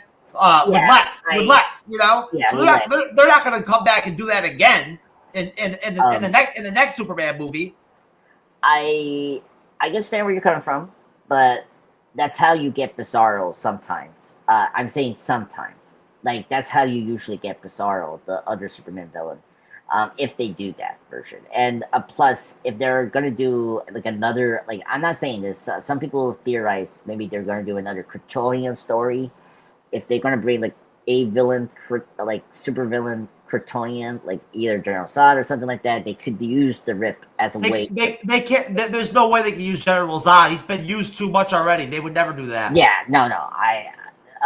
They're not going to do that, but they can use another. General Zod is so overplayed now, especially since they had him in the Flash too.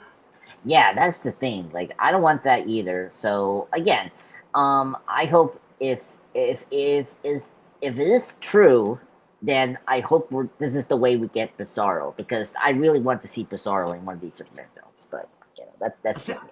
My DC knowledge is so little, sir, that I'm not even sure who Bizarro is. Oh yeah, he's like Reverse Flash. Like, he's like the evil version of Superman, but like the opposite. You got to remember. So many of the younger audience out there don't even read comics. You know what I'm saying? So like, yeah.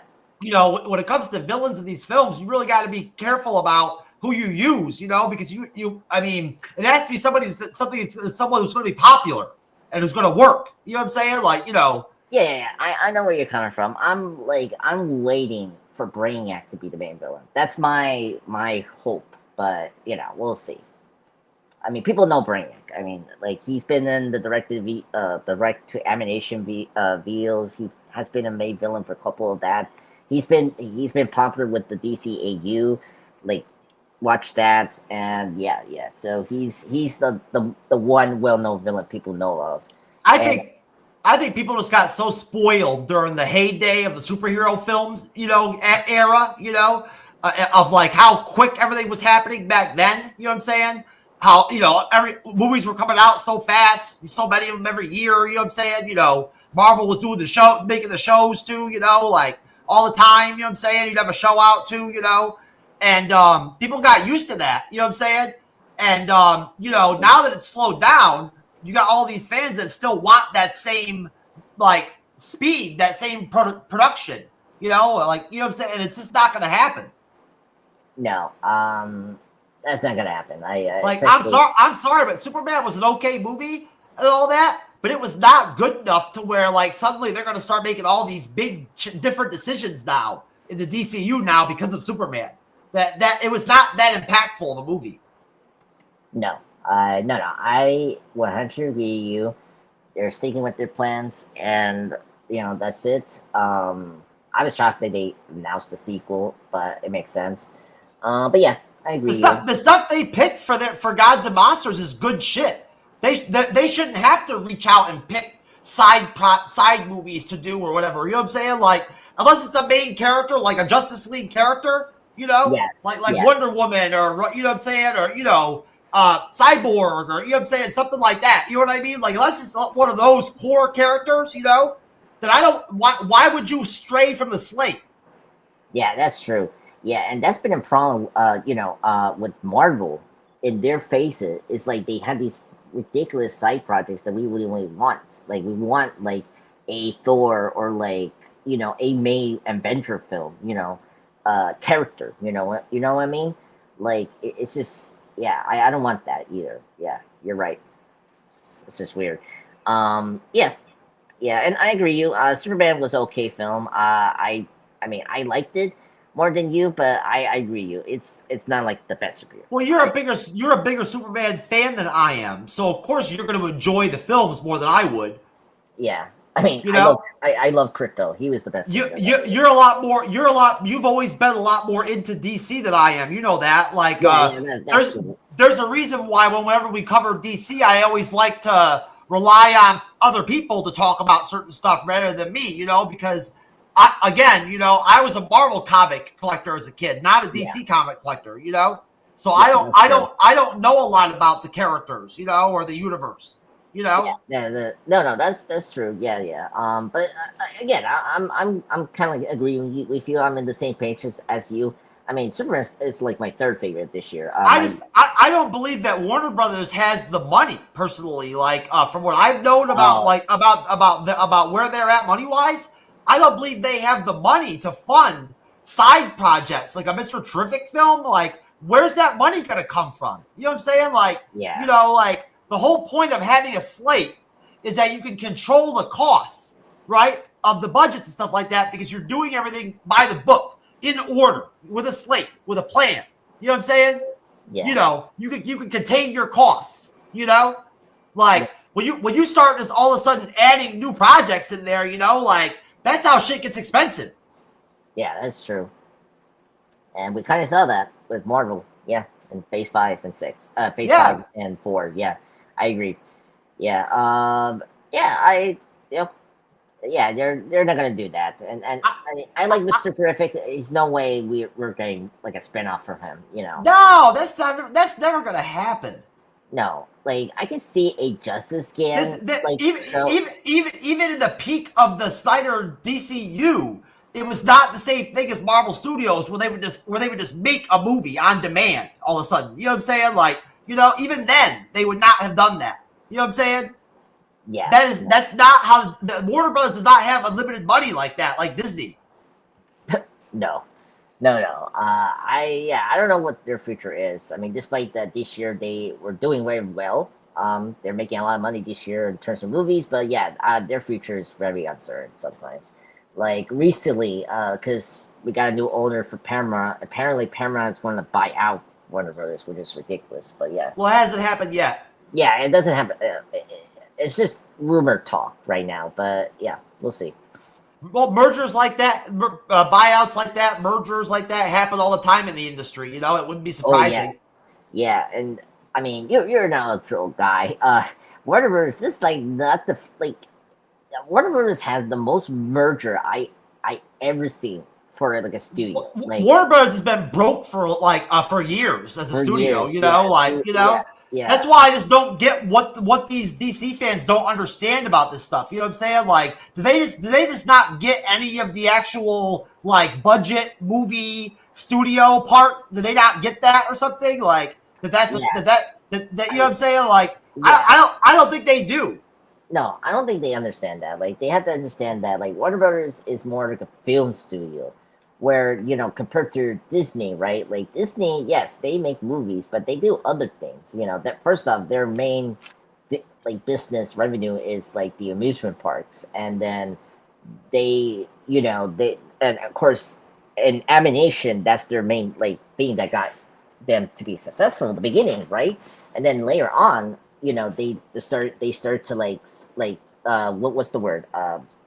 Like collect merge previous studios that was independent, like Pixar. Pixar wasn't part of, you know, Pixar wasn't Disney. They just made a deal. I've read all this stuff before. I've read the whole history of with Pixar, you know. So it was really until Bob Iger, you know, became the CEO, and like he bought Pixar for like that amount of money for Steve Jobs to make it be part of Disney. And then, you know, 2009, that's when they bought Marvel, and that, you know, became a thing. And then of course, you know, Lucasfilm and Star Wars, all that like that. Like they were able to do that, and that's why they're able to make a bunch of movies. It's crazy. I don't know what all these Star Wars podcasts that like we've collaborated with, you know, during Andor and stuff like that, that all they talk about is Star Wars. What are they going to do for content for the next couple of years? Like now there's no more Star Wars live action shows coming out anymore. Like they're not going to make them anymore. They already said they're not going to, you know, that they're going to switch over. They're going to go back to movies, you know. What are they going to talk about? You know what I'm saying? Like, it really kind of sucks. It really sucks because I like Star Wars. I've enjoyed covering those shows and relying on those shows every year, you know? Yeah, no, same here.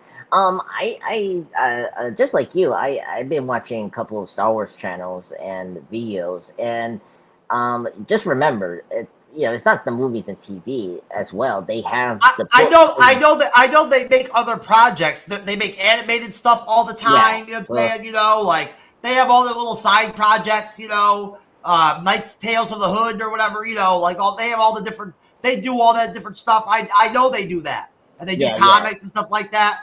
But like, it's just going to be really different when all of a sudden like we don't get shows anymore.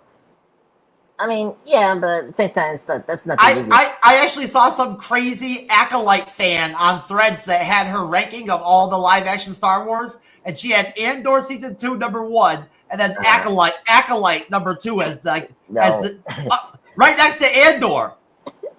No, and I bet she probably didn't even get Andor season 2 or why it was even that good. She probably just put it #1 because she knows that everybody said it was the best shit ever. You know what I'm saying? So she put it there. So she put it there first, right? Yeah. Because if she thinks the Acolyte was as good as Andor, then something's wrong.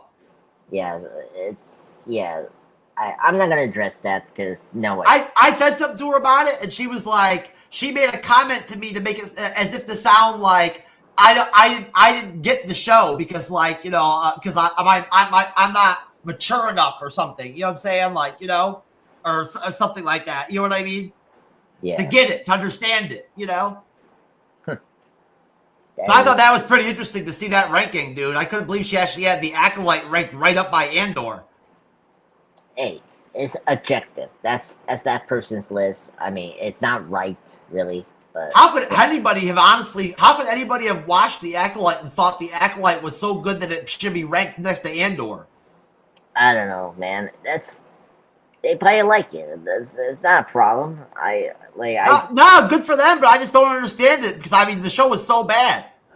I know, but you get what I'm saying, don't you?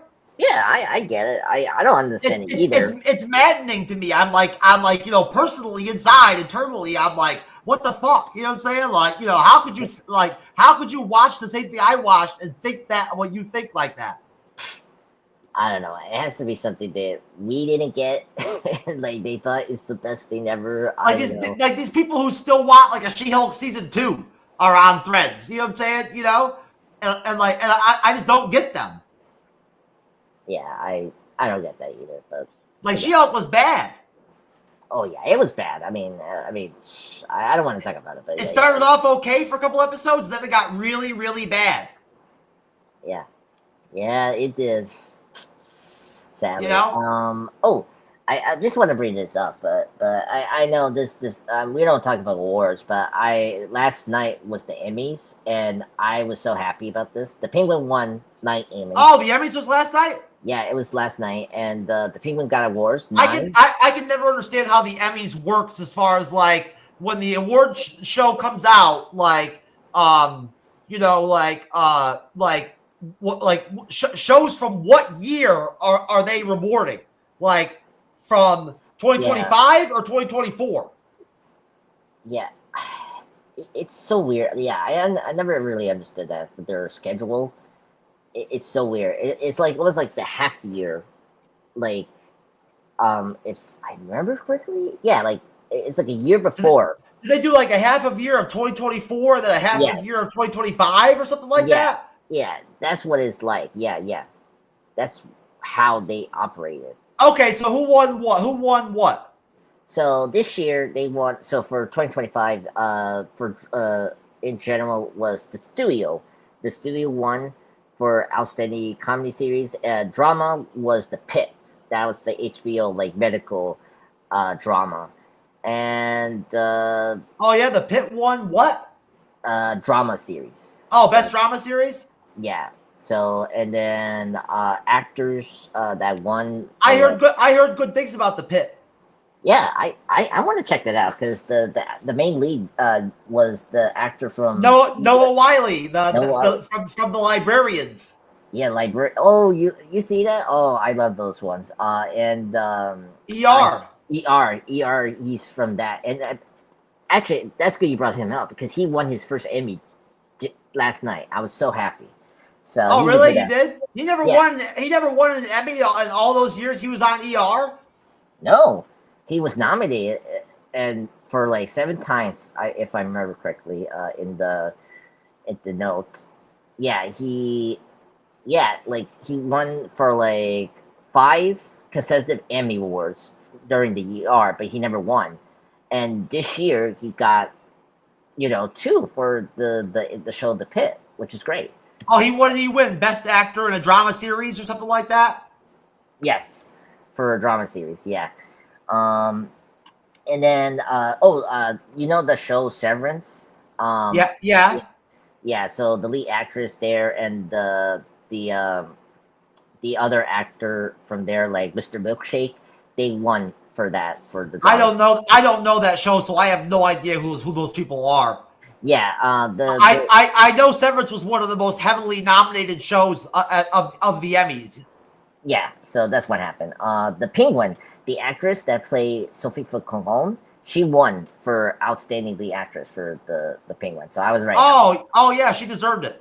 Yeah, she was great. So I was happy about that. And yeah, and other shows from like Hacks, that's like the comedy HBO show. How did Andor do, or what? Does Andor not do they not qualify until next year? Andor did well. It did qualify this year for season 2. It won for writing. And let me check here. Yeah, that's it. Andor just won one thing. It won for writing. Yeah. It's for Welcome to the Rebellion. So that was for that episode. I hate when they do that. How they give the writing award for one episode. Yeah, I know. It's so weird. Why that? Like, okay. I hate that. Why don't they just do the whole season? I know. I don't understand that. Or like at least nominate 2 episodes or 3. Like Tony Gilroy should have won that for the whole season of Andor. Yeah, I know. I know what you mean. Yeah, it is. So Andor didn't win anything really. That sucks. Yeah, I know. But what are you gonna do? I really thought that Genevieve O'Reilly that plays Mon Mothma, I thought she should have been nominated for drama actress. Yes. Yeah, she was good this season. She was really good in season 1. Yeah, I'm just looking at like she might be just as good in season 1 as she is in season 2. Oh yeah, it's tough. She was good. Yeah. Honestly, sir, I know it's crazy, but I believe Andor season 1 is better than season 2. I do, even though Andor season 2 is the one that got all the critical acclaim and all the big reception and all that. Like I still think Andor season 1 might be better than season 2. Yeah, I can agree with you with that. As an overall season, you know what I'm saying? I think it's better. Yeah, I mean, I think Andor had a better first season. Like first season has a better finale than season 2. Yeah. Yeah, it does. But yeah, that's all. That's something I just want to bring that up because it was a big deal. So, did anybody else that we care about win an Emmy? Let's see. Not really. There's just like a lot of shows that. Any shows we covered that won any Emmys or anything? That's it. The Penguin and Endor, like, were the two that we saw this year that were nominated. Okay, I see. Yeah, and there's other shows that I saw that like were nominated. Like, I mean, like the Black Mirror was nominated, Bridgerton, The Boys, the Prime Video one. Yeah, so they were nominated, but yeah. What do you call it? What the hell was I gonna say? The first season of The Last of Us won some Emmys. Yes, it did. I mean, Pedro Pascal won for first season a leading role. I remember. Yeah. Did he win the best drama, best actor, the drama series award? Yes, he did. Yeah, last year or the year when it came out in 2020. You know that Drucker walked away from season 3 of The Last of Us to go back to Naughty Dog. Yes, a lot of people. Yeah, I heard that news. Crazy. I mean, I guess I mean, I understand he's more a video game creator than a writer, but like he was the best thing about like at least season 2. Like he directed that great episode of the flashback. I thought that was great for that season, and yeah, that was weird. Hey, he said that it was taking a lot of time out of his schedule, out of his work schedule. Like everything, all the time that he was dedicated to the show. Yeah, I mean, look, I don't blame him. Go what you got to do. He has to run a company.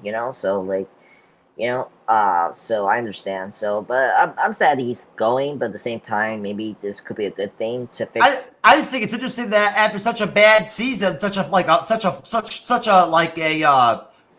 disappointing season, that all of a sudden that happens. Yeah,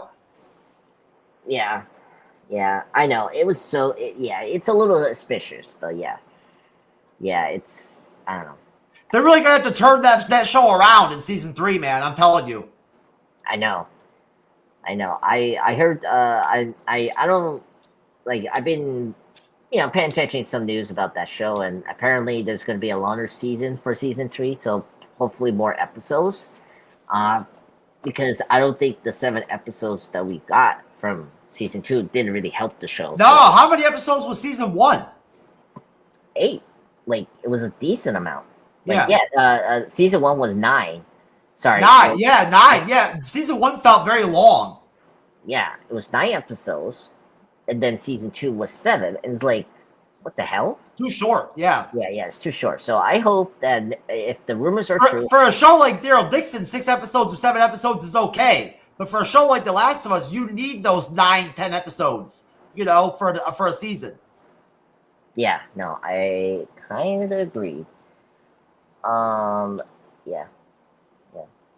I mean, that's what the last time I heard that they're gonna do. Like, we know that next season, hopefully, it's gonna focus on who's that character again? Abby, the villain that killed Joe. Like at least I hope they do that. Oh yeah, they've got to shift the show around and start featuring other characters and other side stories and stuff like that. Because if you put too much focus on Ellie, we already saw it doesn't work for the show. No. You cannot make her the main character. You cannot do that. No. Yeah. So I mean, you can make her the main character, but you've got to handle it a certain way. You know. Yeah, and they didn't do that right at all. No, they just kind of like threw her to the wolves. Yeah, they did. Yeah, well, they were just pulling their punches. Like they didn't they were afraid to do the things that was from the game. That was cool. Like I saw the gameplay. I don't think that they grasped like how literally different and how affected the show was going to be once you took Pedro out, and you put all the spotlight immediately on what's her name? Bella Ramsey. I don't think they were prepared for like how much of a drop off there would be. of the quality of the scenes of the shows once you remove Pedro. No, I agree. Yeah, just the work. I think they thought, you know what, we brought in some new secondary characters, you know, we got some new blood, you know what I mean, this season, you know. That's gonna you know, buffer the loss of Pedro, you know. Yeah, which it, you know, kind of did help, but not really. I just think that I feel like they should have really dived deep of like Ellie's vengeance more, and that could have been more interesting. Her relationship with what's her name, that girl, Gabrielle, yeah, Isabella Merced or whatever, that didn't really work that well. It's weird. I didn't like it with Ellie, but like I like Isabel's character more. I like her too as a character, but I'm just saying them together as a couple, especially, I didn't really care for that. Yeah, well, I didn't like how Ellie responded to the pregnant thing. You know, like she say, like, what was that stupid line? She say, "Oh, I'll be the daddy" or whatever. Yeah, that was really bad. I didn't like that. Like, she should have been more like, no, that was a really bad line. That was stupid. Yeah, that was my problem. That was really bad, and I just think she shouldn't like just like the game. She should have been more like aggressive and tell her to like leave so that she can be more focused on the vengeance. It was just weird to like why you want to keep her around. You know, it's like I don't know. It was weird. Yeah, I agree. Yeah, them as a couple was like not great. I didn't mind it. It was just like the writing. It wasn't exciting. It didn't really do anything for the story, you know? And I feel like when you have more time to digest these shows, you know, after you watch them, you look back and you kind of see things a little bit more differently, you know? And, you know, like, The Last of Us season 2 was a major drop off from season 1. I hate to say it, but The House of the Dragon season 2 was a major drop off from season 1. Season 1 of The House of the Dragon is excellent. Yeah, I agree. But I disagree. I mean, season 2 was not as good as first season, but it's not as bad as The Last of Us. I'm not saying it was bad. I'm just saying it's not as good as the first season. The first season the first season is really good. Yeah. First season is really good. Yeah, season 2 just, you know, wasn't as good as first season. There's a lot of like really strong acting performances in that first season. Oh yeah, of course. But yeah. I was talking to my friends because I was telling them I was getting into Game of Thrones, and we were talking about that new show that we're going to see together. Was it the Night of the Seven Kingdoms? The one we were going to cover, but then they decided to postpone it till next year. Yeah, next year. I don't know. We brought this up. The episode count. That show is going to be 6 episodes. That was the one major thing that I saw. Oh, really? Yes. Yeah. Wow, that's short. But then again, it's the first season, so I get it. Yeah, it could work. I mean, it's the first season. HBO's always done that for certain shows, you know? They start off with only 6 episodes or 8 episodes, and then if the show's good, when season 2 comes out or season 3 comes out, they'll boost it up to like 15 episodes, you know? Yeah, that's true. I'm trying to figure out like they did that with The Sopranos when The Sopranos first came out. Oh, really? Oh, yeah. Look it up. I think the first season of The Sopranos only had so many episodes. Then they expanded it as it got more popular. Yeah, I think so. Okay. Yeah, like no, they had like a decent amount. So from season 1 to 5, it was like 13 episodes. So it was a season 6. The final season was 21 episodes. They split it up. They split it up. Okay, so they always had a similar amount. Okay, but there's been a lot of other TV shows, you know, that where like the first season when it comes out, they'll have a shorter season. Yeah, no, they had a shorter season. No, you're right. I'm just not thinking what show that has. The Walking Dead was like that. You know, the first season of The Walking Dead was only 6 episodes. You know. Yes, it was that, and then like season 2 was only 13, and then because they really didn't know how well the show was going to do. No. I don't think they knew until it really got big. Game of Thrones. I think added more episodes later on in the seasons as the show got more popular. Yeah. It always had a lot of episodes in its seasons. Don't get me wrong, but they added more towards the end, I think. Yeah. Yeah, Walking Dead, yeah, you're right. First season was 6 episodes. That's crazy. And then I remember season 2 had 13. Season 3, I knew. From season 3, from 9, were all 16 episodes, which was crazy. And then they increased more in the last 2 seasons to 22 episodes, and then the last season was 24 episodes. Yes, that's one of the things I loved about The Walking Dead was those 16 episode seasons. That's a lot of episodes, you know. That's That's true. That's a lot of Sundays to look forward to. You know what I'm saying? You know. Yeah. And then you would have that break in between the seasons. You know. Oh yeah, I remember that when I was a kid. Yeah, they did do that. Yeah, CW did that too. Yeah, with their shows. Yeah. Yeah, you know. I don't know when it comes to like Breaking Bad and Mad Men, and like AMC and their shows. I'm pretty sure that they usually go with pretty low episode seasons of those shows. Let me check. They don't do a lot of episodes in their seasons. No, I think I'm looking at the episodes now. Yeah, so first season of Breaking Bad were only 7 episodes, and then it's really the later seasons they had more episodes. So from 2 to 4 of Breaking Bad were 13 episodes, and then 5, the final season, was 16 episodes. Because I remember this because they split it up. That's pretty typical for a TV show to go up in those amounts, you know, from season to season, you know. Yeah, I'm gonna check right now, Man, because I think they were more consistent than Man. Because let me see. Yeah, just like what was the show I was talking about? The Sopranos. From 1 to 6, they were all 13 episodes. It's just okay.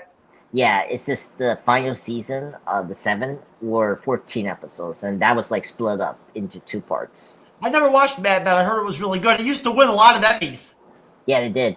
My friend, was it Saturday? It was like a farewell party I was going to, and he said he was like almost done with the show. He's up to like 5. Do you know who used to really kill it at the Emmys? The West Wing. Oh my god, yeah, I heard of that. Yeah. Every year they would come on for the Emmys and like literally in the category for like best supporting actress in a drama series or whatever, there'd be 3 or 4 different actresses from the West Wing that would get nominated just in that one category. You know what I'm saying? Yeah. You know, like every major secondary character on the West Wing won an Emmy at some point during the run of that show, you know? Like, seriously. That's crazy. They had that Allison Janney that was really popular back then. She was on that show. Oh. She's been on other shows before, too, you know, and in some movies. But she won a bunch of Emmys. She always got nominated for her role on that show. The West Wing had an ensemble cast. Yeah, I know. Was it Rob Lowe was in that show? Rob Lowe, Mary Louise Parker when she was young. Yeah, and who else? Martin Sheen was in it. He used to get nominated for the best actor in a drama series every year. You know, because he was the star. You know what I'm saying? Yeah, I knew. Yeah, that older actress was on that show. She won an Emmy. What's her name? Let me check that. I haven't seen the show. I just know of the show because it's so popular. Stockard Channing. Stockard Channing. I'm looking at it now. I don't. Oh yes, Stockard Channing. You got it right. Yeah. Yeah. She even won. She was on that show. I liked her. Yeah. Oh, I know her because she was in Grease. Yes. Yeah, she was in Grease, and she was in She was a popular actress in the 70s and 80s. Yeah. Yeah, I forgot she was in Grease. That is funny. But yeah, you're right. Yeah, the show was nominated. 26 and she stayed hot even when she got older. That was one of the cool things about her too. She was attractive even when she was an older lady, you know. Wow. But yeah, that show used to get nominated for Emmys like left and right, during its run. Yeah. I'm seeing this like right now. They won for drama series 4 consecutive times from 2000 and 2006. Yeah, look at that. You know what I'm saying? Yeah. Yeah, because it started from 1999 to 2006. Yeah, really big list of actors I recognize. Yeah.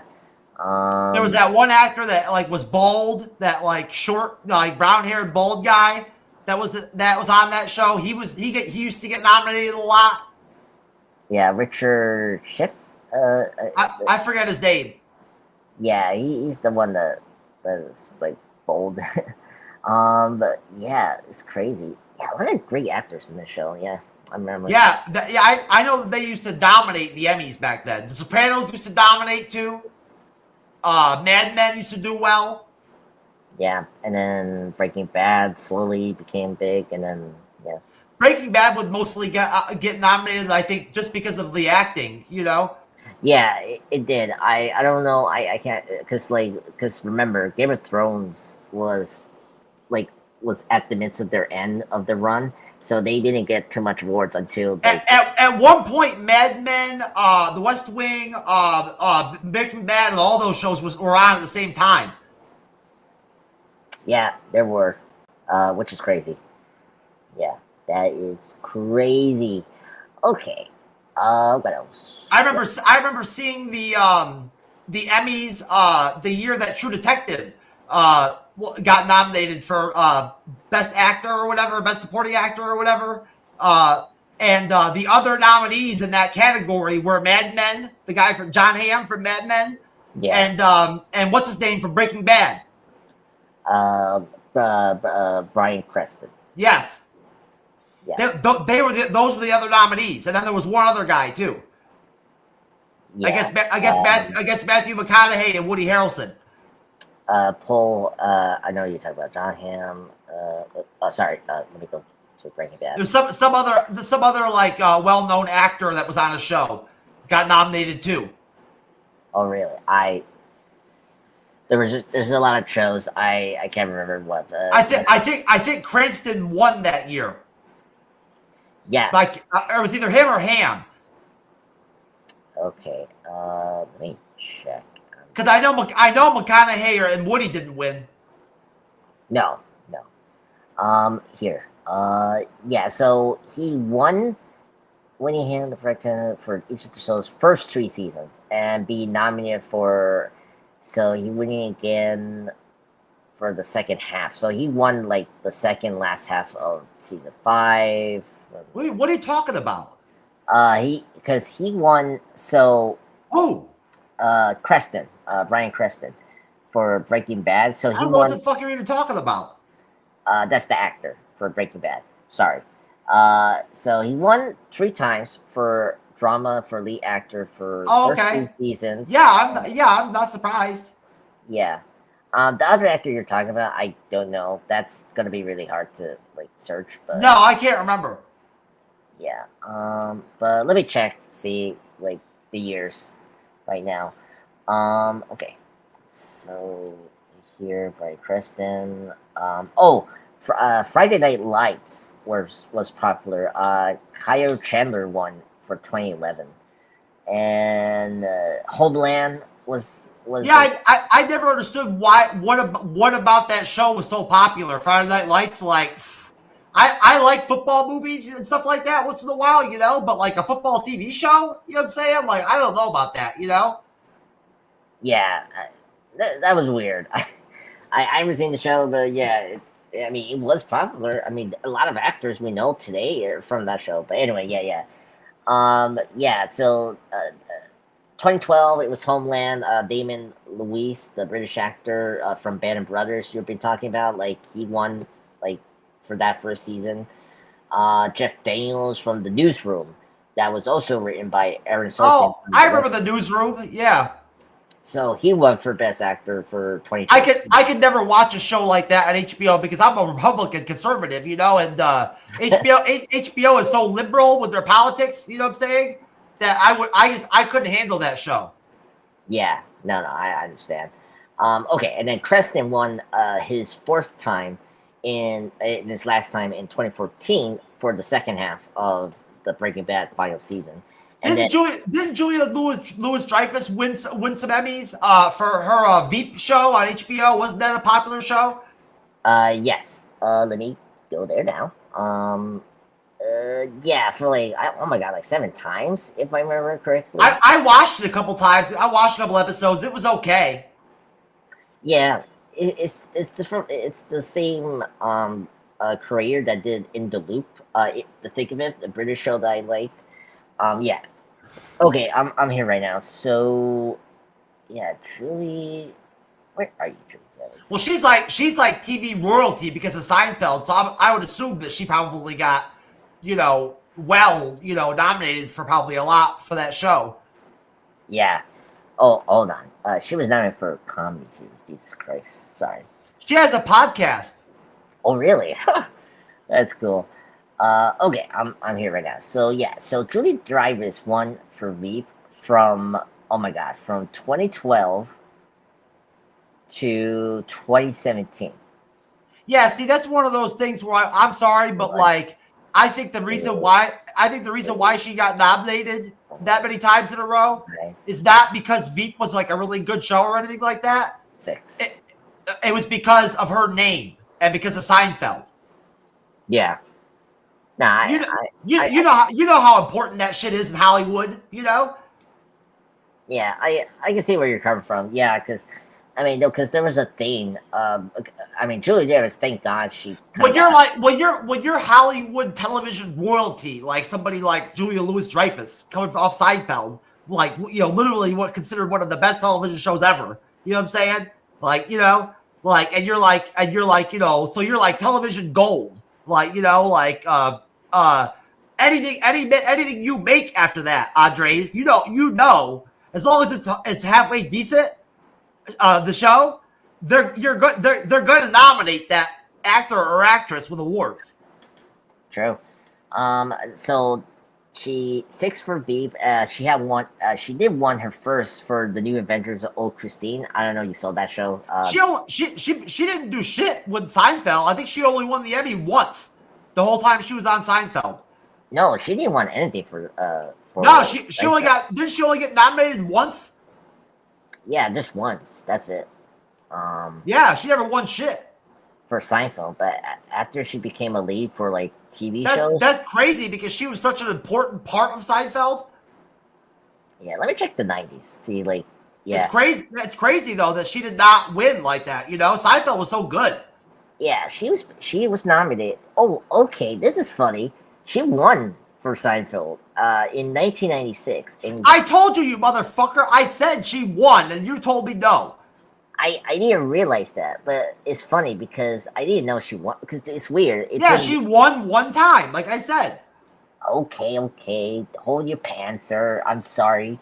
Okay, she won for the episodes. This is funny. I'm looking at the Wikipedia. Apparently, they won for the episode they submit. And Julie Dreyfus won that Elaine for the Soup Nazi, which is great. And the weight belt. Yeah, that's a weird award. It was based off an episode. Yeah, that was weird. Yeah. Anyway, sorry. I'm sorry, folks. My bad. I hate when they do that, man. I hate when they do that. Yeah. That is no, but Elaine had some great seasons, man. They did some cool stuff with her, like the different jobs she would have, you know what I'm saying? She had all those really interesting jobs. Yeah. What was it? First, she was in there was Mr. Peterman, the one that was like really bizarre and weird, Oh my god, yeah. After she lost the company because she was doing the opposite of things from the end of season 5, and she lost her job, and then season 6 she was with that weird person that was so weird. I forgot his name. Oh my god. But then 7. All her jobs were hilarious. Oh yeah, they were hilarious. They were fun, but not even as hilarious with George. George had the funniest. But she worked at the magazine or whatever, in the office. You know what I'm saying? And she never even worked. She was more concerned about not working. Yeah, same thing with George. George was like that too. Oh yeah, the George jobs were some of the best ones. His tenure with the Yankees was the best. Oh my god, yeah. I love the part where he has to eat croissant and then like his boss gets obsessed with the And then calzones. the Cyber gets calzones. obsessed Yeah. with calzones. Yes. Oh my god, that was so funny. I just like wow, I wanted that boss. And then the boss like was it like he commit him into psych hospital, which was hilarious.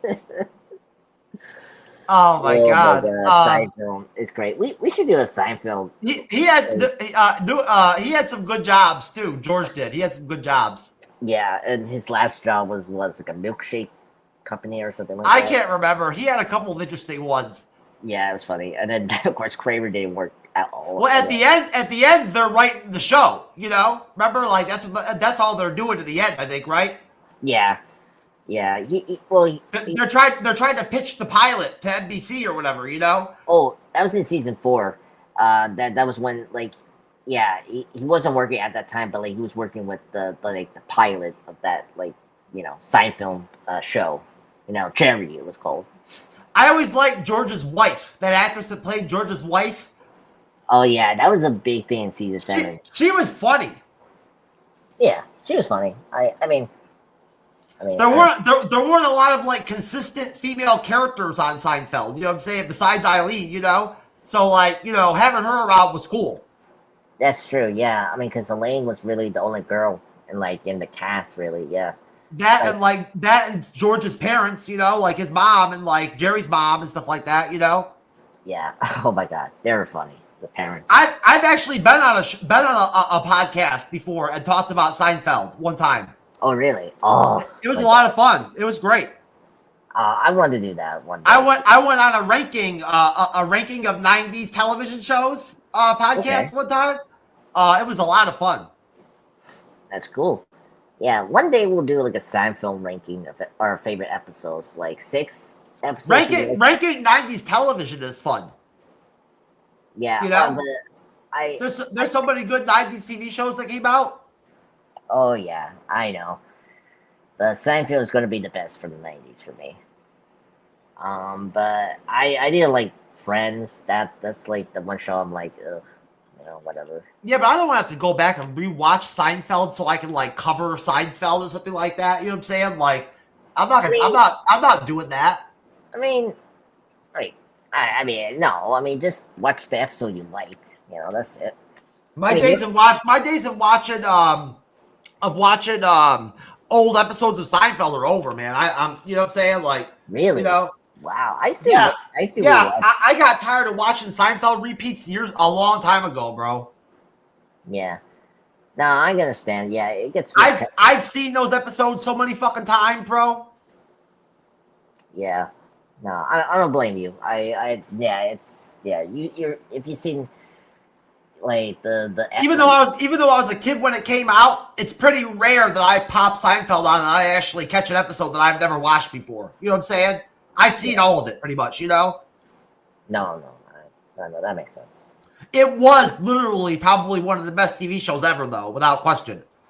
Yeah, no, it's one of the best. It was so entertaining, Yeah. And consistent too, like consistently entertaining. You know what I'm saying?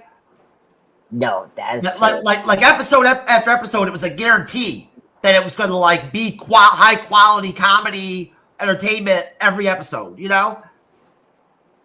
Yeah, no, I agree. There's not like a worst season at all with Seinfeld. Like a lot of their seasons are great. Yeah, it's hard for me because I was so young when I watched the show, so I don't know the show by seasons like you do. Yeah, I mean, because I bench watch like some of the full like the seasons like a long time ago, and of course I remember some of the episodes. It's crazy that when the show first started that Eileen wasn't on the show. No, yeah, I saw the first season. It was kind of crazy because she comes around like in season 2.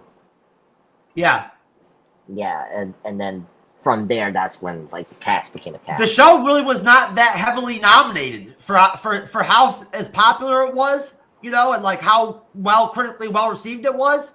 It did not win a lot of Emmys. No, Like the individual actors did not get nominated like a ton and like win a lot of Emmys. I know George did win one. What's his name? That actor didn't he win one? No, Jason Alexander never got nominated or win. Are you sure, sir? Because you weren't sure. You were wrong about that last time too. Hold on, let me check. I'm pretty sure they all won one, sir. All four of them all won at least one Emmy for their individual acting. I'm pretty sure they all did. Oh wow. Okay. Hold on. I'm looking. So keep talking because I'm gonna. I know for a fact Jerry did at least one season. He did. He won the Emmy. I know he did. I know Elaine did, and I know George did 1 year too. No, Michael, who played Cosmo Kramer, he won. I knew he won. Yeah, he won one time, right? And that's it. Because remember, they put Jason Alexandro, who played George. He did get nominated at least once or twice, but he didn't win. No, yeah, exactly. Because that was the big crime. I thought all four of them actually had won at least one Emmy. Yeah, so Kramer did, as we discovered, Elaine did. So let me check on the lead. Oh yeah, I'm sure Kramer was probably nominated multiple times. He was very popular. Oh yeah, he was. I mean, come on. Like, let's see. I'm looking at it now because remember, Frasier was on. So for some Seinfeld fans, I think Kramer was probably their number one character. You know, he was. No, Jerry was nominated a couple times, but like he didn't win because he never won. No, it was always Casey Glammer, John Lithgow, and wow. See, that's crazy. I knew Seinfeld did not do that well Emmy-wise, but that's crazy. Yeah. I mean, it makes sense because they got these other shows like Cheers still on, like this final year. Then Frasier came, you know. Yeah, and it's very fun. Third Rock from the Sun. It's amazing. There was not that much great quality television coming out back then that was that much better than Seinfeld. So like, you know, it's insane that it took like years later for the show to end for people to look back and realize how great Seinfeld was. Yeah, but it happens, unfortunately. Yeah, crazy. I mean, people knew it when Seinfeld ended. It was like a big event. Remember, like, you know, people like freaked out. Yeah, same thing with Cheers. I mean, Cheers was like that too. Like it's and like. Oh yeah, yep. Yeah, because remember they were the same program, and NBC made it a big deal. Yeah, Seinfeld went out on top. They easily could have kept on making that show for another couple seasons if they wanted to, because the show was like peak. It was the most popular it was ever had been. You know, it was number one. You know. Yeah. Like they started to get nominated during season 4 because that was when the show really got picked up because that was after Cheers ended. So season 4 was like the big. It found Seinfeld a couple seasons to find its groove. Yeah, I did because like I seen the first like season 2 or 3 or the best seasons are like 3 to the end. You know what I'm saying, or whatever. You know, like those first couple of seasons, it took a while for them to find their chemistry. Yeah, no, I agree. But yeah, very crazy. Yeah, so Kramer won the multiple awards. Elaine won once. Oh, Kramer won it more than once, huh? Yes. Let me go back because he won 3 times. Hold on, let me get this right. Wow, so, he won 3 times. Yes, he won back-to-back for 1993, 1994. So he won for like the Junior Mint, great. The Watch, awesome. And then 1994 was the Sniffing Account. And the opposite, that's cool. And then is that how they used to do the Emmys back then, where they would make it where it was based off one episode, and now they do it based off seasons? I mean, during like the current season, that was airing, and then they picked that episode for the actors and like in general, like the writing and all that. Yeah. Okay, I get it. Yeah, that's how I know like how that operates. Just kind of as a standout episode for the actor. Yes, exactly. And then I didn't realize that that actor, whatever his name is, Michael Richardson or whatever, that he won 3 Emmys. Yeah, and his last win was in 1997, where he won it for the Chicken Roaster. That's a great episode. That basically he was more popular than any of the other characters when it came down to it. Yeah, well, I mean, because you're on point. Cosmo was great. I mean, he's a great character. Oh yeah, his scenes were just like electric, you know. Yeah, very funny. Very funny. I mean, some of the most interesting, the most funniest, craziest shit that would happen on the show would happen with either Cosmo or with George's parents. Yes, yeah. George Ferris were awesome. He's so funny. Oh yeah, when he moved back home and all that shit for that one season, that was great. Oh my god. Oh yeah, it was funny. I did a rewatch of Seinfeld. Like season 5 was where like George went back to his parents' house, and then like at the end of that season 6, he went like to get his apartment. You know what's so crazy though with George is that like George still got laid, no matter what was going on with his life. Even if he didn't have a job, you know what I'm saying? Even if he was living with his parents, you know, George still met women and like got laid. Oh yeah, I mean, hey, he was a trick man. You know, like even though like people would make fun of him, you know what I'm saying? Yeah, that's very true. Oh my god, yeah, it was very funny. Okay, so what else? I love it when you're so funny when you say that. Like, oh, okay, what else? You know, yeah, like, what else? You want to move on with the conversation, you know, because we went all the way over to like Seinfeld now and all this shit. Yeah, I want to save the whole talk for Seinfeld. No, you're on mute, sir. No, so Daryl Dixon season 3, episode 2. We should at least do some ratings on it, and I'll rate the episode a solid I'd say 8.5. 8.5. Yeah, I'm kind of in the same boat here. 8.5 for me as well. I thought this was a good like setup episode for where we're going for the next 5 episodes. Oh yeah, a lot of big things happen in episode 2. You know, a lot of like, you know, the story really got pushed out. You know, exactly.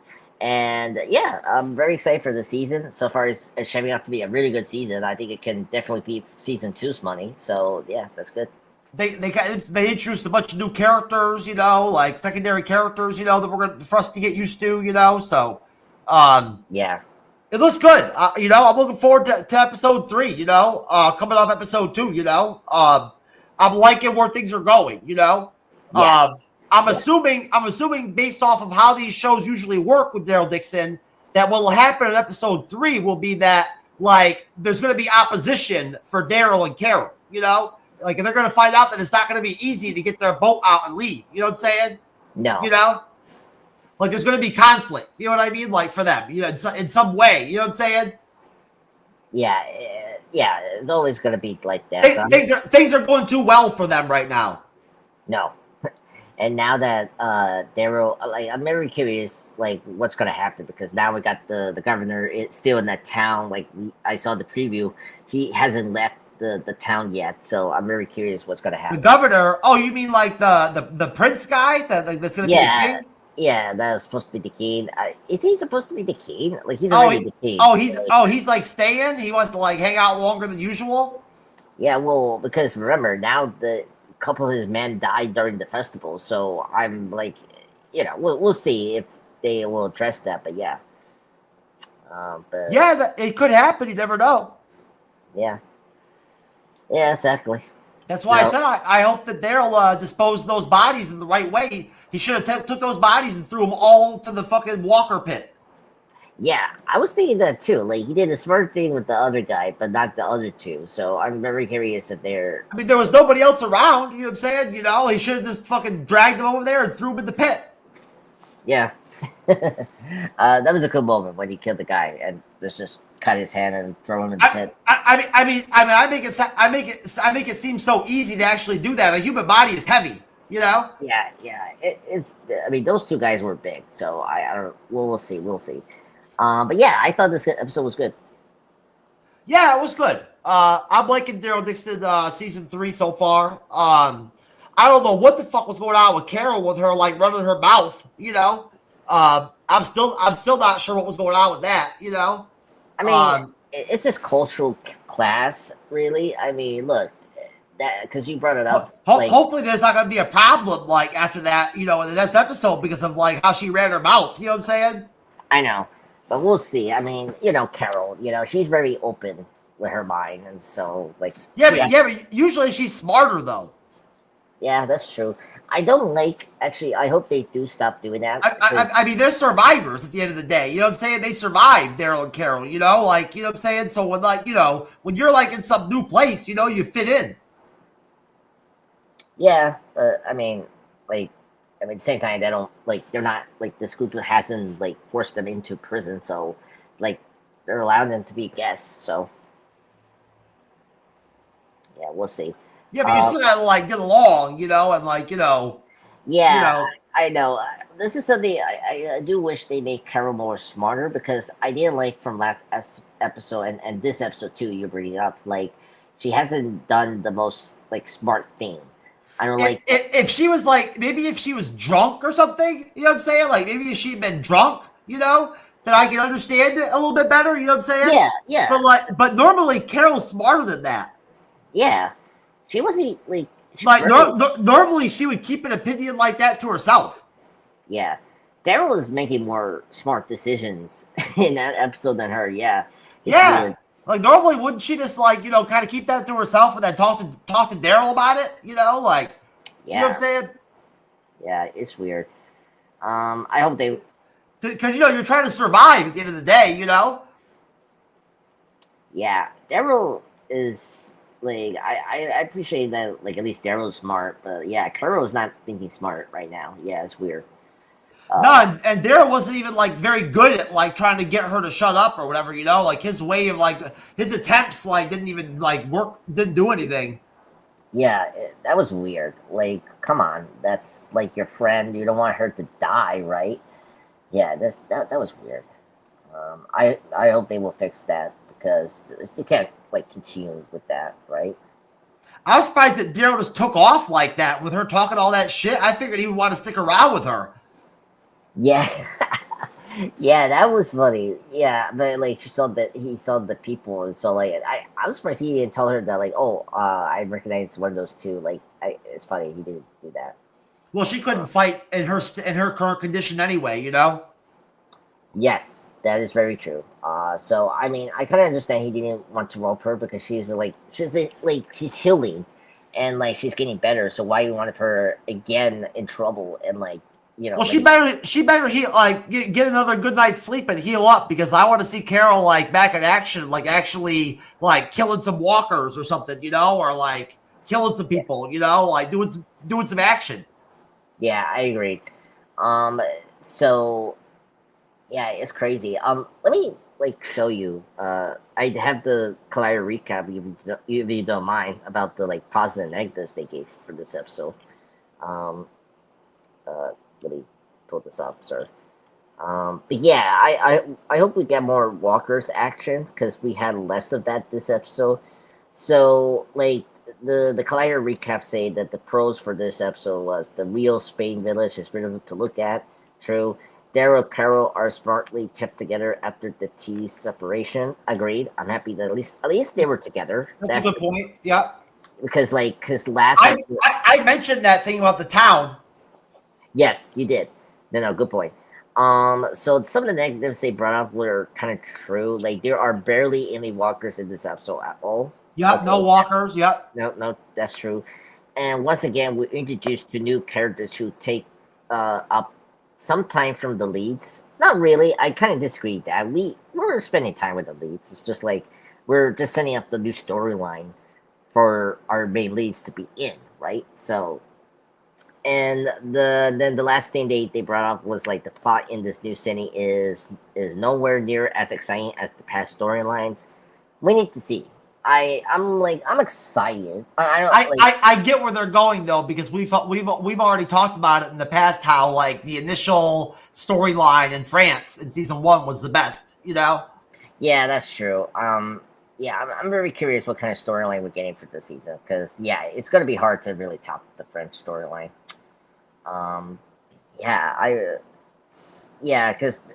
Because it was so fresh, and I really and unfortunately I love the side characters that we got for that first 2 seasons. Oh yeah, Daryl season 1 is the strongest season of Daryl Dixon.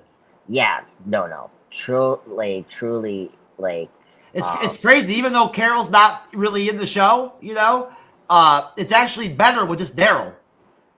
Yeah, that's what I like about that first season because of that. It's just Daryl is amazing. I mean, I love those two together, but like at the same time, like Daryl's always great as himself. Yeah, most definitely. Yeah. So that's all I had to say. I mean, Carol's definitely not killing it on this show so far. I gotta be honest with you. No, that is weird. Like, she was killing it last season, right? Like, she was okay in last season. She was okay. Yeah. Yeah, it's tough to. She did not have a very exciting season. Yeah, because we were trying to get her to like the French setup, and so it was like, oh god, like it was like, I mean, it didn't she had a couple of boring episodes in that season in the beginning, where it was kind of boring with her when she was flying over to France and everything, Yeah, no, I kind of agree. And what else that happened? Yeah, and then it was cool when they united, like getting them back together was great, but like honestly, that whole deal where they went in that tunnel, to get to UK there and the finale was kind of weird, like. Yeah, that was weird. It was very weird. I don't know what they were thinking, but yeah. I don't know. Like it was just pretty far out there, like how with the gas and everything, and Yeah, it was weird. I mean, I think they got set up like by their guides or whatever, in the tunnel, Yeah, that was very funny. It was very practical. I that's the thing. I kind of hope the writing for Carol gets better in this season because right now. I like Carol. She's my favorite character, but like I don't think these last season and this season is not particularly good for Carol. Especially like the original series. She was badass. I mean, she was great in the original series. Yeah, I mean, I don't know. I mean, they just need to get her going again. I mean, she's not that old. You know what I'm saying? Like she should still be able to be the Carol that we know. That's still capable to still get in there and mix it up and fight when she has to and all that kind of shit, Yeah, I mean she's only 60, like as I said before last week. So like, yeah, I mean in the main Walking Dead show when I was watching it, Carol had gotten to the point where she was such an efficient killer that she was good with guns. She was like a really good effective character with a gun. She was lethal by the time I stopped watching the show. She got into the point where she was one of the most dangerous, most valuable soldiers on Rick's team. Yeah, no. We'll see. I hope they fix it. She evolved like that in The Walking Dead. That was one of the coolest character evolutions on the show. Was her evolution. Yeah, no, I agree. From the battered housewife to saving everybody at fucking at the end of the one season at that one place, Terminus. Yeah, Terminus. It was like the beginning of towards the end of season 4 and then to 5. Yeah. Yeah, it was good. I love that transformation. I mean, it's gonna be tough to do with Carol with so many seasons you already did with her. You did. Another a new love interest, and then of course she run the the community right with the other characters, and so what else you gonna do with her, after so many seasons? So. Yeah, plus like we talked about earlier, neither one of us even knows what happened to her in all those other seasons we never watched of The Walking Dead. You know what I'm saying? She's probably done all kinds of shit we don't know about. Yeah. I need to check the recap of The Walking Dead and see what she did because I remember some parts. Like a season recap video so you can see what happened to the seasons. Yeah, because I need to see what they did with Carol because I know a couple of things here and there, but not as deep. So right now. I know she stuck it through all the way through. She was the main character all the way through the whole show. All the way to the end. Yeah, I mean, and she was basically the second leader after Daryl, so yeah, second in command of Daryl. You know. The show really changes by the end. I watched a couple of scenes in like in one of the final episodes, you know, and like there's characters I didn't even know who they were and shit like that, you know. Yeah, I mean, again, you know, either they made them up or they were from the comic books, which is true. Okay. The Walking Dead never won anything because the kind of show it was. It never really got nominated for any Emmys or anything like that. Yeah, that is weird. I mean, for a show that was getting great ratings, but yeah. They were nominated, but not as too much. Like it was like the technical stuff, like for makeup and all that. Yeah. Oh yeah, I know that they won some awards for that, for the costume and makeup and all that kind of stuff. Yeah. Yeah. So. Because the walkers were so well done. Oh yeah, I mean, come on. It was by Nicotio, who was a great, you know, makeup. Yeah, it was like the best. It was the best zombies that had ever been done in zombies. You know. Yeah. So yeah, it was really great. Yeah, and the zombie kills, you know, the zombie deaths, you know, like were the best too. Yeah. What else? Yeah, it was like technical things they did. It stopped. So I'm looking at this now because I'm looking at the early seasons. They stopped being nominated for the Emmys after season 2. So yeah. I remember. Yeah, so, that's just not the kind of show that gets nominated for awards. No, it was a good point you brought it up because it wasn't that kind of show, and for AMC, it was it's a horror show, you know, a horror TV show, you know. Yeah, like it's a horror drama, you know, that just ended up being like really good. You know, it turned out that the drama part ended up being really good, you know. Yeah. With like great characters and great actors, you know, and like great relationships, you know. Yeah. Great actors too. I mean, great actors came from this show. I mean, like yeah, and then the whole idea where they would kill them off out of nowhere, you know, like before they'd even peak as a character, they'd kill them off and bring in new characters again, you know, over and over, and it would work. It would keep working. Yeah, this is like before the Game of Thrones they did that. Yeah, like this was like pre-Game of Thrones. That no other show had ever really just killed off characters like that. You know what I'm saying? Like, you know, like. No, I mean, not a new thing, but like, yeah, it became more a common thing after this show. Yeah. Usually you see that if the actor was going to leave for the popular show, that's when they like do that. Yeah, but they just did it on The Walking Dead. You know what I'm saying? Yeah, they were like, fuck it. You know what I mean? Yeah. Okay. It was almost like they decided that was going to be their, you know, program. You know what I mean? Their deal. You know, and make it work, and they made it work.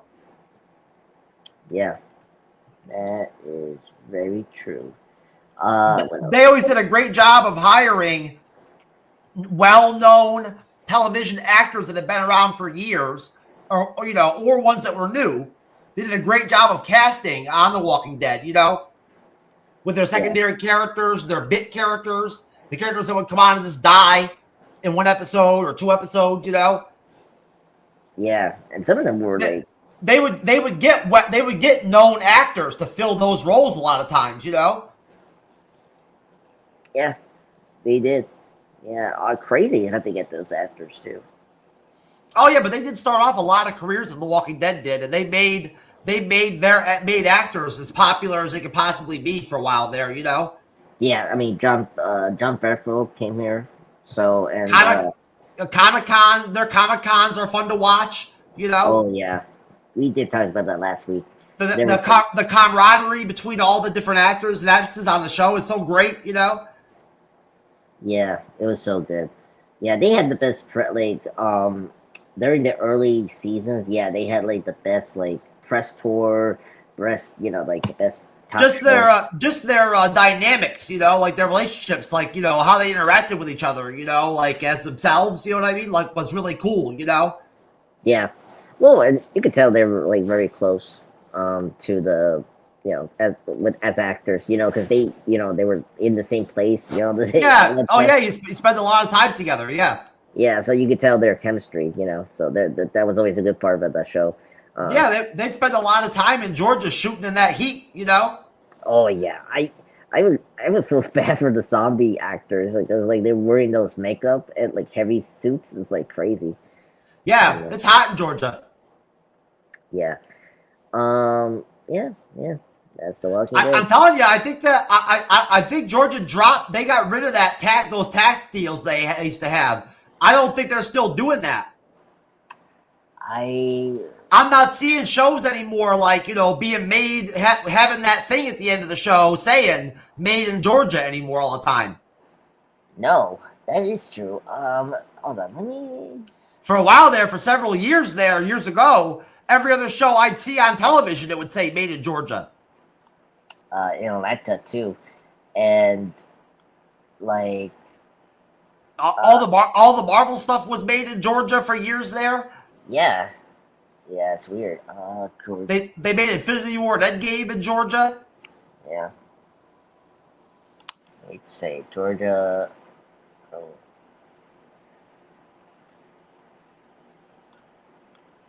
Georgia and Alabama. They were shooting at, right? Or I'm sorry. What are you talking about? The location that we're getting the task. I'm trying to find it. Yeah, Georgia, for whatever reason, had some kind of tax program going on or whatever, obviously for years, and that's why they were luring in so many, shows and movies wanting to be made in Georgia. Yeah. It always has to do with money and taxes. That's why states get really popular like that. All right, I got it. Hold on. Sometimes whole countries do it. Yeah. Oh, yeah. A lot of countries do that. Like England has the tax breaks for the studios. That's why they always shoot sometimes at England. Yeah, that's why a lot of stuff is getting shot in the UK nowadays. Yeah, especially during the COVID times, that was a big deal. Going to still tax breaks, TV shows.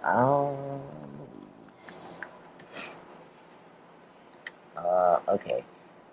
No. Okay, so this right now they say the tax credit for the standalone film to the company will go back in effect next year for the Georgia film tax incentives. So yeah, they stopped doing that. I guess See, that's what I figured, right? Yeah. Yeah. I need to check more of this. Okay, there's one. Okay, Georgia offers a film tax credit program that can total up to $30,000 of qualified in-state production expenditures. The transferable credit is available for projects like feature films, television series, and commercials. Yeah. So it basically says that 20% base tax credit. Production companies can earn a 20% tax credit on qualified spending of at least $500,000 in Georgia during a single tax year. Qualifying expenses can include materials, services, labor, including payroll. That's okay. Yeah, so far, I'm just finding that Georgia is number 2 of best states for film tax incentives. No annual cap. Unlike many other states, Georgia's film tax credit program has no annual on the total amount of credits that can be earned. There's no cap. Okay.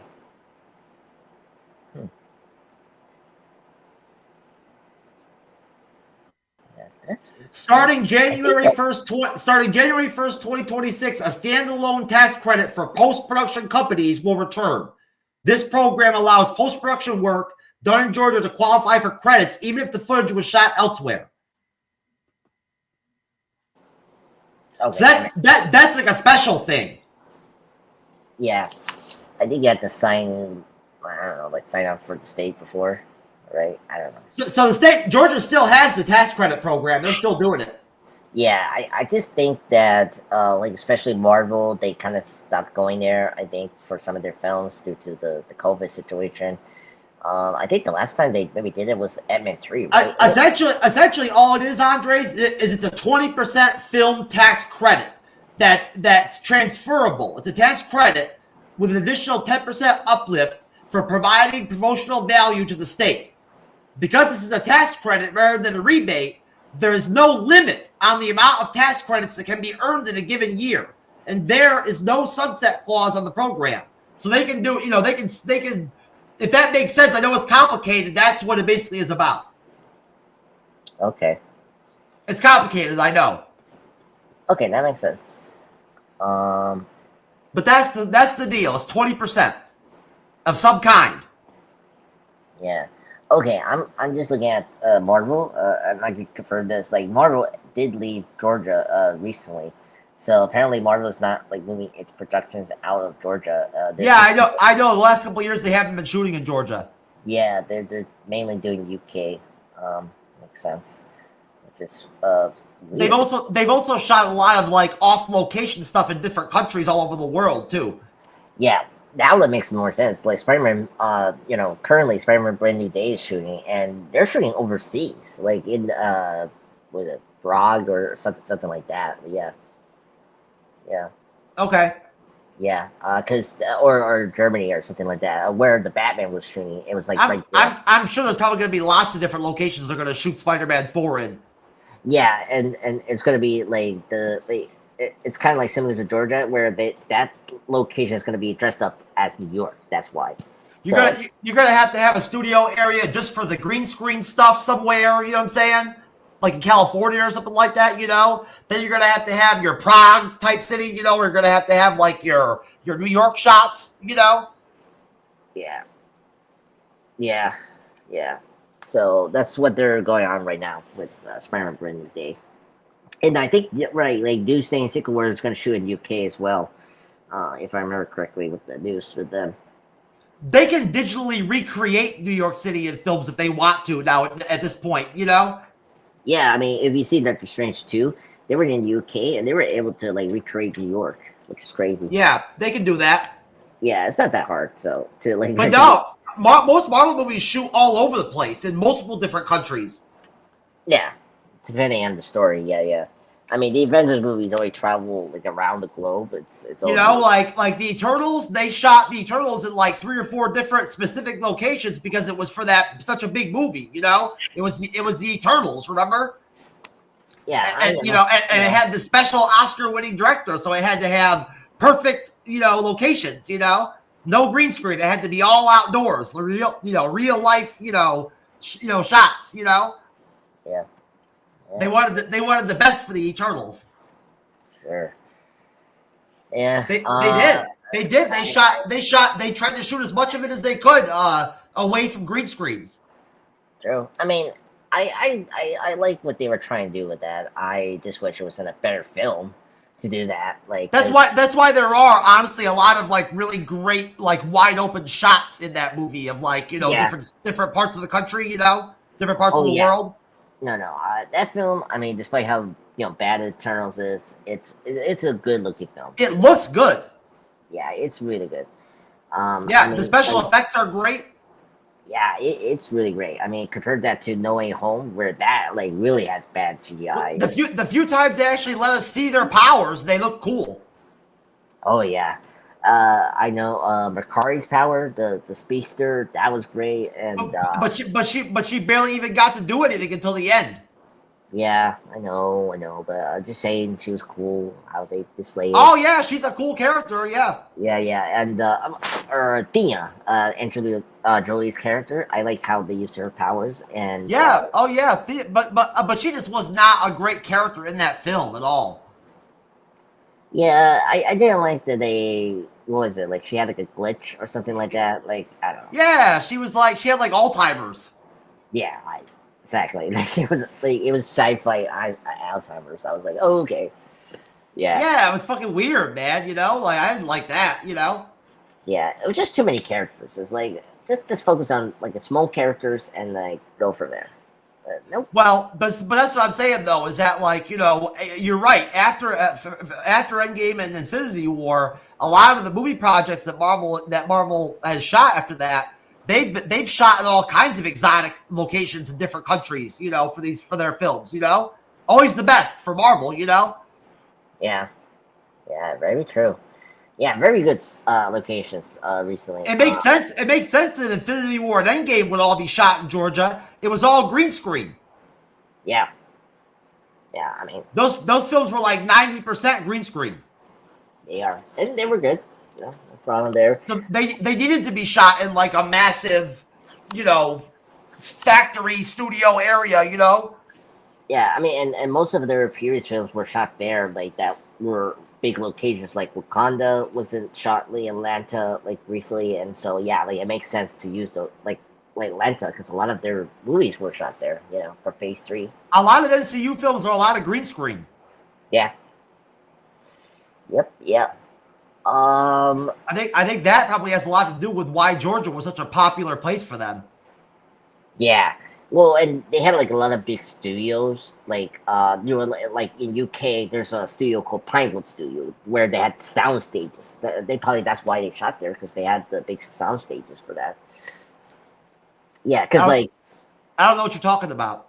So, you know, yes, they go to like cities to like shoot the locations, but they also go to those locations because they have like these big, like, you know, warehouses that you call sound stages to like build like a lot of the sets inside doors, you know. Oh, yeah. Okay, yeah. Yeah, that's why they were shooting Atlanta because Georgia has that. I've seen that before in the behind the scenes stuff, you know what I'm saying? That they have that ability there in Georgia. They have the space in the warehouses or whatever, the buildings where they can build the sets and all that shit. Yeah, exactly.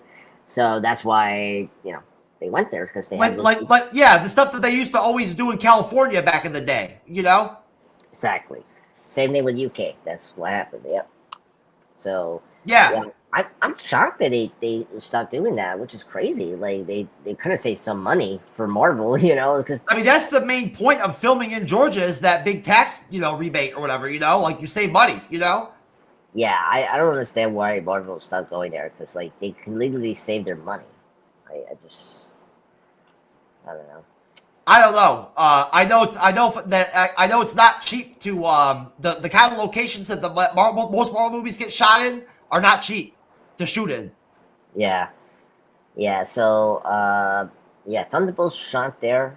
I'm just checking what recent films they were shooting there. Like Thunderbolts shot in Georgia. I know Captain America 4 shot there. But I know. Okay, so those movies were still shot in Georgia. Yeah, let me check in Brave New World.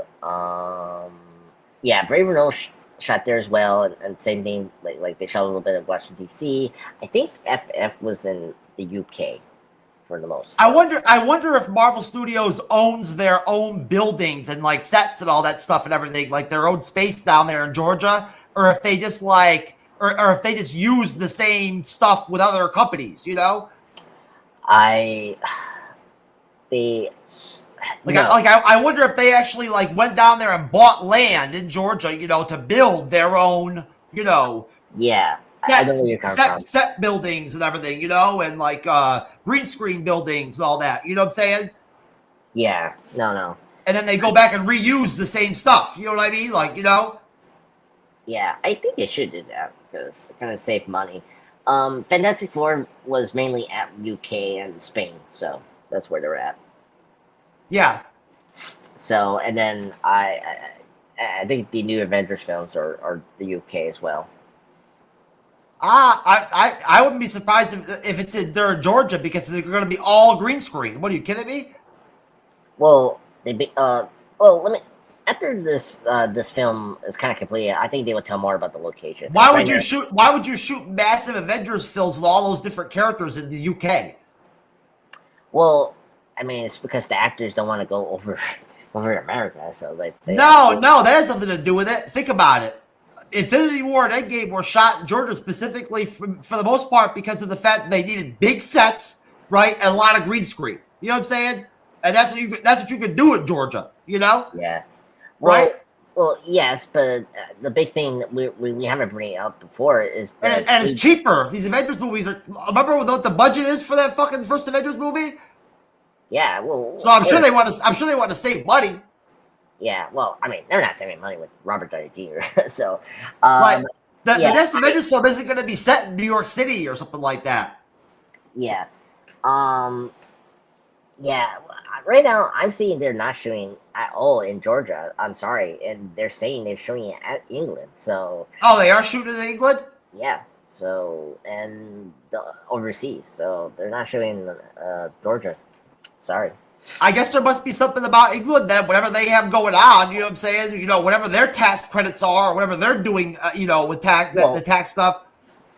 I mean, yeah, they have the best tax breaks, and they have the biggest studio, like sound stages for them to produce the big stuff. So how do you know the UK has that kind of like infrastructure for film like that?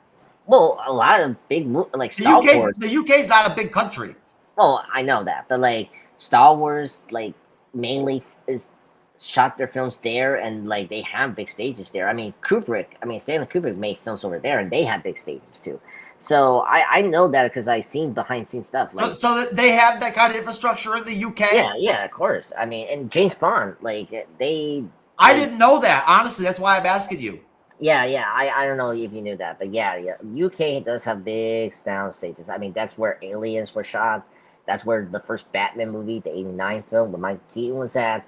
Like, it's a big soundstage there, and that their tax is good. You know, I've never been to the UK, so it's hard having never visited there. You know, when you don't really understand the layout of the country. You know what I'm saying? Like, you know, the geography of it. You know what I mean? Yeah. No, I understand where you're coming from. I've been there twice. You know, the second time I was more there. Yeah, pretty cool. Yeah, their geography is weird, especially the cars are like in the inverse of driving. So, Yeah. but yeah, it's a beautiful country there. It's really beautiful. And it's an island, so I didn't know that. Well, at the end of the day, they must be doing something with the taxes again. That's the reason that must be one of the main reasons why so many projects are being made over there right now. You know, it has to be about money. It always is. Oh yeah, and I mean, you know, Disney, they want to find a way to make these cheap. So yeah. So many studios nowadays are moving away from California for film production. Well, and that's another thing. It's like recently they don't want to shoot at California anymore because of the price and all that or whatever. It's crazy. Yeah, it is crazy. Yeah, I'm so surprised. I mean, that is the place of Hollywood. I watched some scenes from that movie you told me about with DiCaprio and Brad Pitt in the same movie. What's it? Once Upon a Time in Hollywood. Yeah. I saw one of those YouTube videos where it's like, you know, this is one of the best scenes ever in film or whatever, you know, and then it shows the scene and breaks it down. And I saw like one of the big scenes that happened in the film, you know, and now I know what the film's about. Now I know it's about Charles Manson and, you know, his cult, you know, and all that. Oh God, you will like that movie. It's really good. Oh yeah, I love old Hollywood. You know? Yeah, it's a really good old Hollywood movie. It's really good. It really captures like the old LA from the '60s. You know? Yeah, all that cool music from back then. You know, the hippies and all that. You know, the hippie generation. You know? Yeah, exactly. Okay. Yeah, I mean, honestly, who doesn't look back at history and think about how cool it must have been to be alive and be able to live in like San Francisco back in like 1967 or 1970? You know, like. Yeah. See. Yeah. No. I'm one of those person. I've always dug those history. Yeah. Or living in LA back in the day in like the 60s and 70s. You know, like old school LA. You know. Oh my God. I mean. I don't know. LA could be different at that time, but yeah. Okay. So just going back to Georgia. Yeah, like Deadpool, Wolverine were. Oh no. No, I recognize that. Yeah. No, I was thinking Deadpool. I thought Deadpool, Wolverine shot in Georgia. No, they shot in England as well. And briefly Los Angeles, they say. Yeah, because. I always thought because like I I like Deadpool movie, but it has so much like a set down kind of thing. Yeah, apparently the that Georgia loyalty that Marvel Studios had going on there for years changed up after a while. Yeah, yeah. I mean, of course, it's just the money, and obviously, like other movies need to use the soundstage. You have to like maybe schedule it and try. At the end of the day, they never made all their movies in Georgia. There were always certain MCU films that were shot on location in certain places. You know what I'm saying? Oh yeah. I mean, like the first phase were never shot in Georgia. Like they were in different countries and different continents, and it was just like the beginning of like the end of phase one. That like in the Avengers, they started to shoot more in Atlanta. I know. But yeah. I appreciate films and television shows that shoot in like really crazy locations, like old school locations, or dangerous locations, and shit like that, Oh yeah, amazing me. Yeah, it's crazy. Yeah, it's crazy how they shot those like very dangerous places like Brazil or well, I don't know if it's so dangerous, but the other continents that. Like, I bet making The Walking Dead was probably fun. Like going to work every day or whatever and being an actor on The Walking Dead was probably pretty cool. Yeah, I mean, come on. Like you're gonna be a walker and play and be in one of those like big walker scenes. Yeah, it could have been No, being one of the main actors on the show, like it must have been fun. You know what I mean? Yeah, I mean, of course. I mean, I think they enjoy it. Yeah. It just seems like the kind of show that would be fun to be on. You know what I'm saying? Yeah, I want to be in that show. I love that show. Like Cheers would probably be fun to be on too. Because Cheers was such a fun show. Like such a cool show. Yeah, I guess so. I mean, I never liked Cheers. I never understood why. I watched it when I was a little kid. I didn't understand it either. I just watched it because I was a little kid. My parents would put it on. Yeah, I mean, it has a good theme song. I like that. I can remember watching it and Woody Harrelson being on it, when he was young.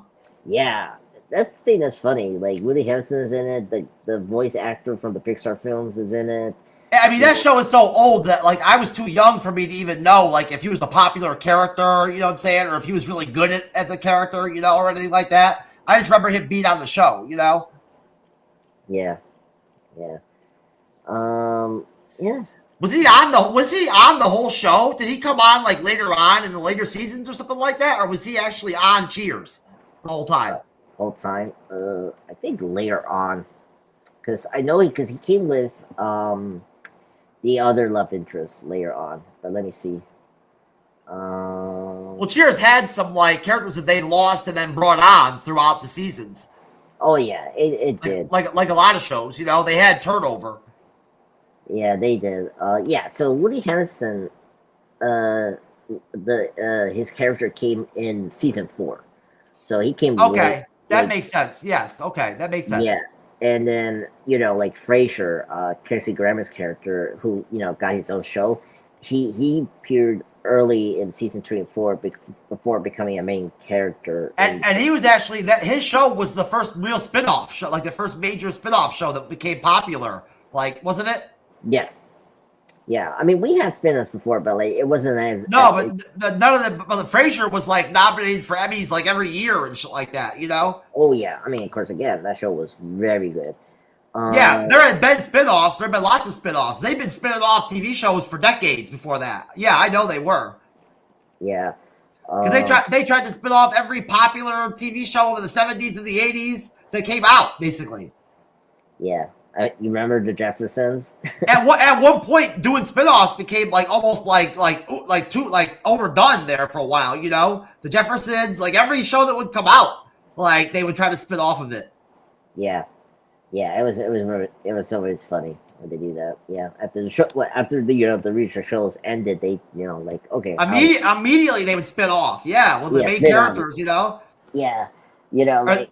Or there'd be secondary characters that would stand out, and they would use them in the in a new show. Yeah, and sometimes it doesn't work. I mean, like no, a lot of times it doesn't work. Yeah, like I don't know this, but like Joey from Friends had a show, and that didn't work out. Oh yeah, it didn't work at all. Yeah, so I was not surprised, even as a kid, and even as someone who didn't like Friends or watch Friends. I knew that Joey was not a strong actor on Friends who could hold a show by himself. You know? Yeah. Can you ever consider him as a breakout character? No. Like, I mean, they tried like during the peak of Friends, where they all like got into movies there for a while because of their popularity. You know? Yeah. His performances as an actual actor in film were not that good. No, he didn't pick the right roles. You know, like some of his close. He wasn't bad. His TV show was bad. Yeah. Yeah, I agree. I never thought he was funny at all. His type of humor, I don't find that amusing. No, yeah, not my type. Yeah. My favorite part of Friends was like characters like Phoebe. I like Phoebe. You know. Yeah, Phoebe was. Yeah. Her humor was a little more understandable. I always liked Matthew. Who's the actor that passed away from Friends? He was always good. I always liked him. Oh yeah, he was actually a good actor in film. Oh yeah, you never see the films the whole night. He was the only one out of all of them where like the movies he made during the peak of Friends were actually good movies. You know? Yeah, I mean, Karen Cost was in Scream, so he did that romantic movie with Salma Hayek. Matthew Perry. That was Matthew Perry. Yeah, that was a really cute movie. Yeah. Look at it now. Was it Saving? No, not Saving. I used to watch it all the time. I had it taped on VHS back in the day. Oh yeah. It was one of my favorite, it was one of my favorite romantic movies that I used to like to watch. It was called Fools Rush In. What? Oh, okay. So I got it right. Yes, you're right. Fools Rush In. That's crazy. Yeah. Yeah. Then he was in those movies with Bruce Willis. Yeah, the whole 9 yards franchise. Yeah, the first one's good. The second one's not good. But like the first one is really great. I think Jennifer Aniston ended up doing a couple of okay roles by the end of like her of her career, like later on. But her first couple films that she was in weren't very good. Yeah, I mean, of course, she was just finding her groove. Yeah. Later on, she got better things and better roles. I feel she was good in Office Space, but her role was so small. Oh wow, she was in Office Space. Oh wow. I didn't recognize that. Yeah, she was the waitress. Okay. Yeah, I just know her from like her movies I've seen was like Just Go With It. She was the waitress that plays the love interest of the main character. Okay. For Ron Livingston. Yeah. Yeah. Okay. Yeah. Yeah, and then I mean, she was in some other stuff too. She was in this one movie with Ant-Man, Paul Rudd. Where he was like gay. Yeah, I know. And like her best friend. And he like decides to raise her baby with her, and she's pregnant and all this shit. I can't remember that. I'm trying to find it. It came out in like 92 or 93. I was an alright movie. Okay. Hold on. Let me check it. Okay. Anything else to say about Walking Dead Dead City? I think it's sort of time. Walking Dead Dead City, sir? Oh, not Dead City. Fucking Daryl Dixon. What's wrong, sir? 3 hours. You don't want to go for another hour? No, it's already too long for me. So I okay, sir. All right. We'll say goodbye. Let's say goodbye to the 46 people watching us. Later, folks. We'll see you later.